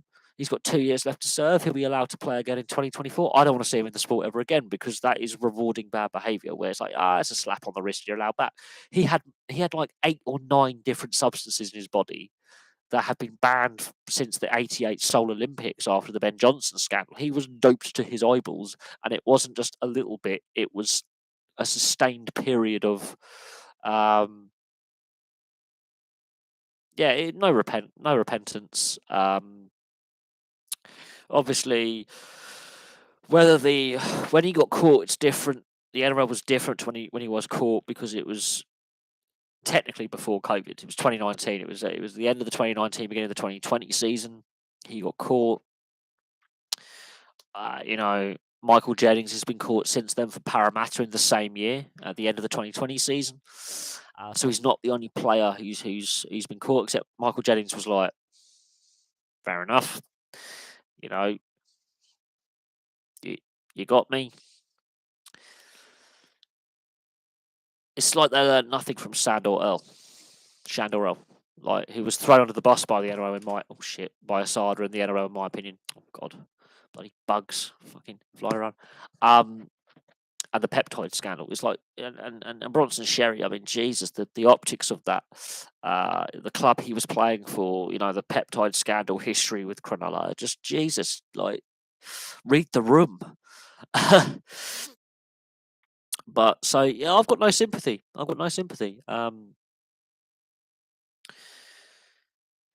Yeah, I mean, it's taken them, 3 seasons to figure out, how to change their outside backs. They had 2 years of really struggling to figure out, who was going to play that centre wing role on the left hand side. He's destroyed his career, he's destroyed his reputation, and whether he gets re-registered or not in 2024, and whether a club is willing to give him a second chance, like a Melbourne Storm did with Shandor Earl, we'll wait and see. But he not only would have been like a Cronulla grad, I think he could have been a Katoni Staggs type player, where that kind of destructive bull running centre, or a Talakai who's now actually playing in the position that Sherry would have been playing. Ironic, the irony of that. They've had to put Talakai in as a centre rather than a forward, partly in part because of the Sherry situation and issues, trying to figure out who to put in that position. They've had to do stopgap measures, and Talakai is actually the best stopgap measure. He's now a sort of permanent conversion. But yeah, no, he's done himself over. If I'm being brutally honest, sport. No sports team is 100% clean. No sports 100% clean. So, if anything, Catalan will sign him. They sign anyone, no matter what you've done. Catalan is basically the rehabilitation 13, isn't it? That they've signed Greg Bird amongst and Israel Folau amongst others. But then Jimmy Maloney, obviously, after he leaves Catalan, he gets done for cocaine himself. So there's definitely a culture issue with a sense of entitlement, a sense of it's accepted within, especially rugby league and rugby union. It's a sense of, oh, it's accepted. Like, yeah, we get caught, we'll do our band, we'll come back. No one's going to think anything of it. They've got to stop welcoming back drugs cheats and drug users into the sport with such open arms, because he will be accepted back into the sport. Who signs him? That's up for debate. We could argue whether Cronulla decides to give him a second chance, whether he ends up at the Storm because they do reclamation projects, whether he ends up at the Warriors or whatever, Dolphins, an expansion team, because there could be like a team in Perth at this point or another team in New Zealand. The problem is that there's an attitude of, whether it's criminal or steroids or recreational drug use, it's, oh, well, I've got caught, the sport will accept me back, because they took Packer back after he basically broke a guy's skull. Right? Is it George or Tom Burgess who's facing sexual assault allegations? They were willing to, Jack DeBellin, DeBellin was eventually found innocent, but Jack DeBellin, the no fault, no stand down policy for 3 years. I have issue with some of the things that under the Todd Greenberg era took place, and technically Bronson Sherry was actually caught doping while Todd Greenberg was still in charge of the NRL. This is before Andrew Abdo is installed as his replacement, and Peter V'landys sort of takes the sport by the scruff of the neck and takes the direction of the NRL from the Todd Greenberg path, which I wasn't sold on. This path, again, I'm not sold on, but the direction's changed into trying to sell the product in a different way, expand the product, speed up the pace of the play. Whereas Todd Greenberg, it was scandal, and every off-season was scandal. And technically Bronson Sherry was, again, part of that scandal. Drug cheats and violent thugs are different. Not really, because they're still accepted back into the sport, whether they've cheated the opposition and their teammates out of wins by being caught, or cheating and then getting caught subsequently, or they bring the sport to disrepute by brawling in bars, beating up girlfriends, domestic violence, sexual assault trials. Jared Haynes obviously been to prison. Jack DeBellin was facing 15 years in prison. Drink driving. To me, the attitude is, you're still welcome back with open arms. And in my opinion, rugby league especially, and association football, soccer for the North Americans, because I know there will be North American viewers watching this at some point. The Mason Greenwood situation, I think, has been the turning point in English football. Rugby league, I think we're still waiting for that line in the sand, moment in the sand, turning point where the attitude suddenly changes. Oh yeah, that's not Todd Greenberg. While actually some of his commercial deals, he got spot on the commercial selling the product and making the NRL money. NRL head office got heavily bloated. They had more staff at NRL head office than at the Premier League head office. Let that sink in. So there was a lot of people who just had to justify their salaries doing we don't know what. So there was massive wastage at head office. The salary cap situations at a variety of clubs were a mess.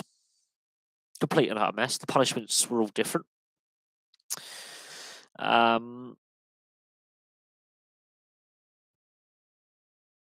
The situations with Cronulla and Manly, which I covered, by the way. Manly was one of the first salary cap breaches I actually covered. One of the first NRL stories. I was like, they're under investigation for you know, but that was back in 2017. It was donkeys ago. The Todd Greenberg though, like some of the constant scandal off the field with players, club officials, just people within the sport, was just, it was constant. And for all the good Todd Greenberg did as NRL CEO, and Andrew Abdo was actually part of the commercial side of the NRL at the time that Todd Greenberg's in charge. People don't realise that, but he was the commercial officer. They did a lot of good. However, the high-profile salary cap breaches, high-profile players and club officials and the peptides, because bear in mind, when he's appointed as CEO, the NRL is still dealing with the peptide scandal, as is the AFL, ironically, because it spread to two sports. So the AFL and the NRL both, like Gil McLaughlin, the outgoing AFL CEO, and Todd Greenberg, both, when they were appointed to their positions in their respective leagues, the peptide scandal was starting at the beginning of the Gil McLaughlin era in the AFL and was ending with Todd Greenberg's appointment in the NRL. That was the moment where we were going, something's gone horribly wrong here within the structures of the sport to allow something like this to reach this level. And the impact's still being felt today, all these years later. Now, Gil McLaughlin didn't get sacked. He's standing out at the end of the year. He's gone, I've had enough. COVID's destroyed the man. He looks physically shattered, exhausted. Russell Packer, in a pub, he went to prison for 18 months, and then he was re-registered and was allowed to play for like another 4 years. I think he's playing over in the Super League now. But again, that happened under Todd Greenberg's watch. They allowed Russell Packer back into the league, but they banned Ben Barber for life for allegations of domestic violence, but no criminal charges were brought. Couldn't make that one up. So many players. There's the list is just stupidly long, and he's actually fully retired. I thought he went to Super League, but no, he was allowed back into the league after his criminal conviction. Who was the player who just left the New Zealand Warriors? Used to play for Brisbane. He smashed up a person's house on a pre-season tour in New York. What's his name? He's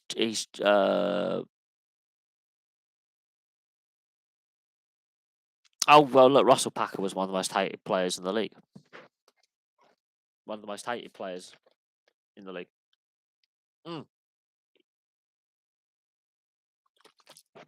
That's it. Matt Lodge. Another arse. Josh Dugan, another one. Curtis Scott. There's quite a few of them who've got rap sheets for domestic violence and aggravated assault and all sorts. Payne Haas, assaulting a police officer. There is definitely a culture. It's like Dylan Napa and Tony Staggs, the sex tapes. They themselves weren't doing anything wrong. The people who released those tapes were.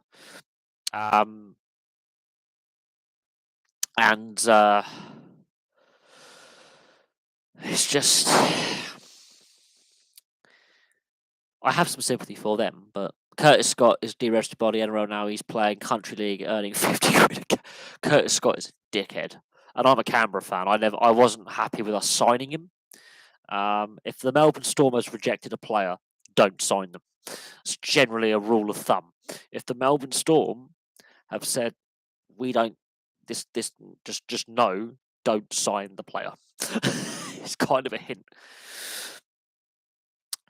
So I'm going to leave that to stand. But yeah, if Curtis Scott, I mean, there were concerns about him going back to his reserve grade and junior days about his drinking attitudes and behavioural problems. And when the Melbourne Storm give up on a player, it's generally a sign that the other club shouldn't sign that player. just saying.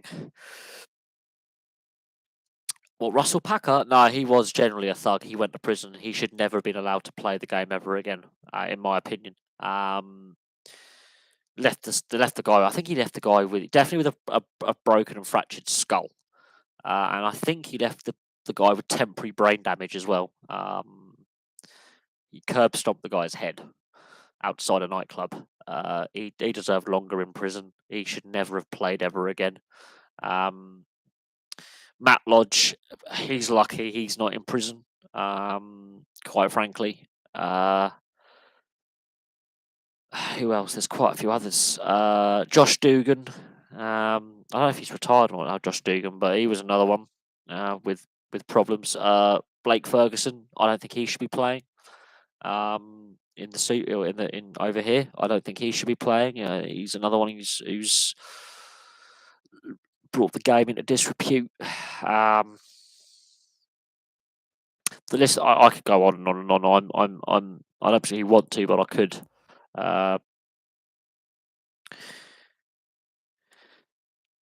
The NRL players aren't as bad as the NFL. I'll give you that. Josh Dugan retires and unretires himself on a weekly basis. He want to get medically retired and then unmedically retired. The minute Josh Dugan's an arse. Don't have time for Josh Dugan. He's an absolute arse.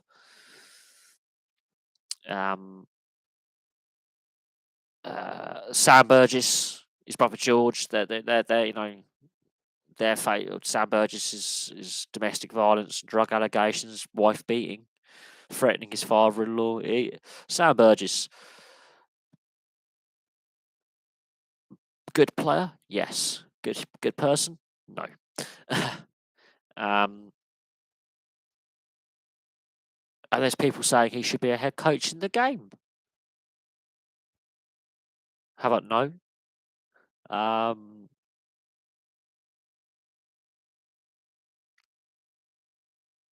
I mean, if now we're bringing up a name from the pot. I've not heard that name in years. Arana Tamata. I've not heard that name in years. Jesus. We are going back in time with that one. But no, getting sacked by 7 clubs is a hint that this guy's got problems. And I thought, Gareth Hock was bad in the Super League, and Zach Hardacre. English Rugby League's got its. Gareth Hock and Zach Hardacre are 2 absolute vile human beings who play rugby league in this country. Tamata, I've not heard that name in a long time. Should never have been re-registered at all. Should have been banned for life at that point. But it is what it is. Like, I mean, what else can you say? I mean, certain clubs do have that no dickhead policy. Like North Queensland, they sacked Ben Barber straight away. They were like, no, we're not tolerating this. This is not our culture up here. This is not what this club's about. We do not tolerate this. Melbourne, no dickhead policy. I'm surprised Brandon Smith and Cameron Munster haven't had their contracts torn up. And they were both very, very close. I'll have to have a look at the worst behaved clubs, but I think that there's definitely a culture within the sport. Um,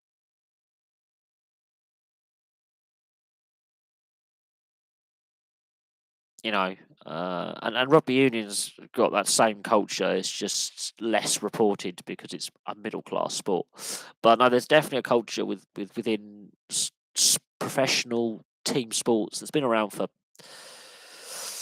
about 30, 40 years.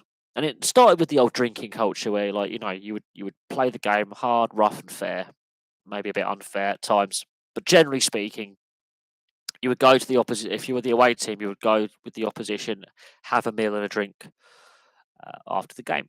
Ice hockey, not so much. Ice hockey was a lot more hate.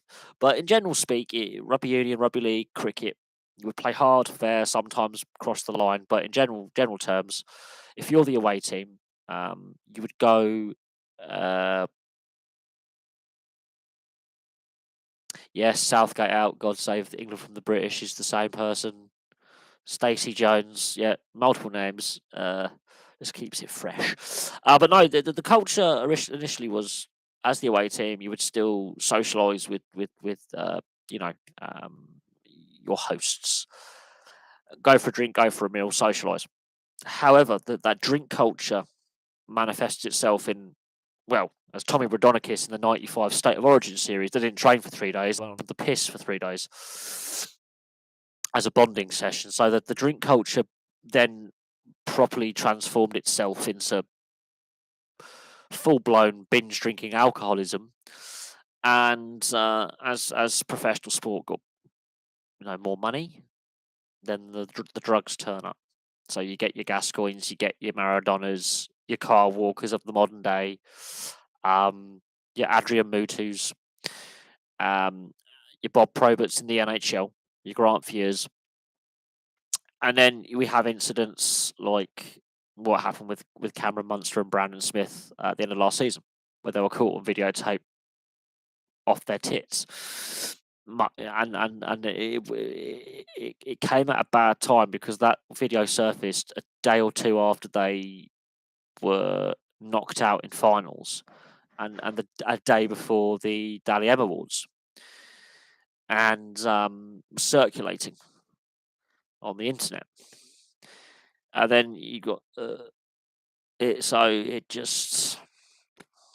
I remember when Adrian Mutu said he would score more goals in League One than Ibrahimovic. Adrian Mutu probably would score more hookers and bags of coke than Ibrahimovic. Look, Adrian Mutu,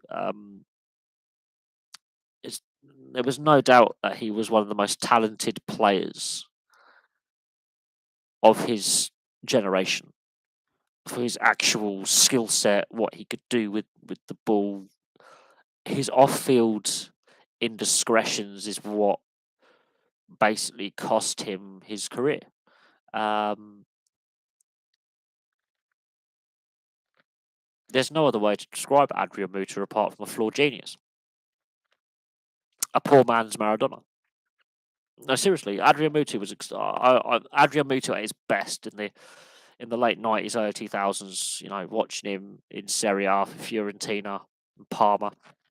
Watching him in is sometimes for Chelsea. Under Ranieri and there was no doubt on his skill and no, seriously, he was generally quite skilled. When he was sober, he was brilliant.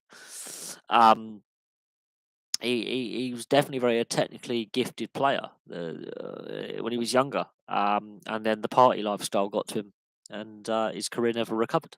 But no, generally, I remember watching him in the late '90s, early 2000s. He was a brilliant player, and he had some good veteran players around him to help develop and nurture that talent and skill. And then he turned into a poor man's Maradona or a poor man's Paul Gascoigne. And I'm being deadly serious. He had that potential. I think he had the potential to be Hadji levels for Romania. He had the potential to be a national icon in a positive sense. Now Romanians don't talk about Adrian Mutu in a positive light. All these years later, he's not his name is not discussed with any positivity. And he's one of those players who had great potential and threw it all away, much like a Mason Greenwood right now. Except Mason Greenwood's indiscretions are a lot more serious. But yes, I have mentioned that he beginning of the stream he's hit 10,000 runs. Funny that he's no longer captain, and that's the best he's performed in 2-3 years. Who knew the captaincy was a problem for him? He should never have been captain. While he was still being consistent with his run rate, that's the best Joe Root performance since before COVID. And that's before the Chris Silverwood era of where the team was at the last 3 years. So there's a lot of things in there that's hang on. There's some subtle hints here that yes, the coach was a problem. Yes, the captaincy was a problem. He's still a very good player. He's a class player, but he should not have been put in the position of captaincy.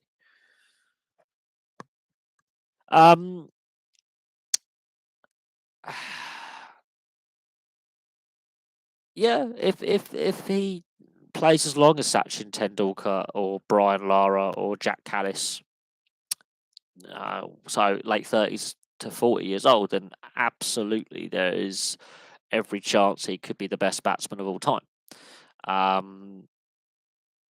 Unfortunately, he will be remembered at the moment for his failure as England captain towards the end. The last 2 years of his captaincy of England will be what people will remember him for if he was to retire tomorrow. However, if he just continues to play as he does, he can rebuild his reputation as a world-class batsman. But how will people remember him? A flawed captain, but a good batsman, or a good batsman who was lumbered with captaincy when he really didn't want it? The captain who didn't want the captaincy, so to speak.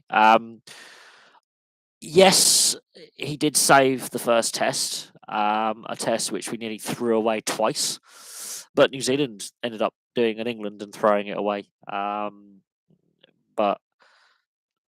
if Joe Root's captain in that situation, that test is drawn. And at points last year, we lose that test in 3 days. So, that was Joe Root from 4 or 5 years ago playing at the weekend. But yeah, he can go past Alistair Cook, piece of piss. I think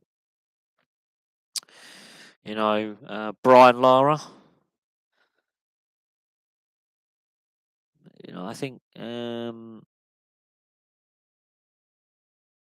I think he'll probably be on the same level as Brian Lara when it's all said and done. I think he'll be on the same kind of Sachin Tendulkar 100 hundreds. I don't think he gets 100 hundreds, and he's not the Little Masters level. But Brian Lara, I think, is achievable for Joe Root. I think that kind of level in the game.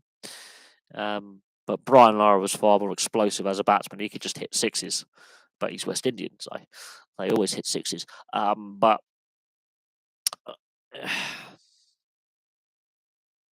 I think more like for Brian Lara level. And Brian Lara, in my opinion, was Sachin Tendulkar's equal at points. But obviously retired earlier than Sachin Tendulkar, was that little bit younger.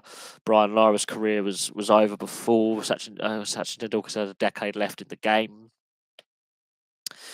But Brian Lara was more of an explosive batsman than Joe Root ever will be. But it is what it is. Right, I'm going to call it a night. It's just gone past 10 o'clock. I've got to be up in a few hours. Thank you very much for all your questions this evening. Really appreciate it. And, there's lots of, obviously, there's been some new subscribers the last couple of days, which is really nice to see. Always really nice to see. And, of course, State of Origin Game one is on a Wednesday. Our time, I think it kicks off at like 11 in the morning, our time. So I'll get in from work, and the first thing I'll do when I get in from work is get out my work gear, whack on State of Origin Game One, relax, watch Women's Origin, the Women's Origins on the 22nd, I believe. So Women's Origins still a couple of weeks away, which again is looking to be a fantastic game. And before I go, the Canadian men's football team are currently on strike over a pay dispute. So that's something else that I'll have to keep an eye on. They didn't play their pre-World Cup friendly against Panama, and they're currently in a dispute with their federation in regards to revenue sharing, what the men's and women's teams get, because the women's team is actually very, very good as well. What the agreement was signed back in, I think, 2012 or 2016. What they get, how much the Canadian Football Association gets from, the World Cup, how much the players get, how much the coaches get. The coaching and playing staff are basically on strike at the moment, so there's a pay dispute. It's a bad look for Canadian soccer, and I forgot to mention that earlier. That's something else that's ongoing. That's developed over the weekend. So yes, they qualify for the World Cup, and then their next international, like, we're not playing it, we're on strike. So that's a developing situation with the Canadian FA and the Canadian national team, and we'll keep abreast on that situation because that could develop quite quickly and may have an impact on, but we've seen this before going into World Cups where like the Ghanaians have gone on strike before over unpaid match fees, and it always seems to get resolved at the end of things, and I can't see the Canadian FA not resolving it. However, there's a lot of contractual things that they signed back in 2016 that it's very hard to unsign, if that makes sense. So it's not the best. But there we go. Thank you very much for watching, and I'll have some more content for you all very, very soon.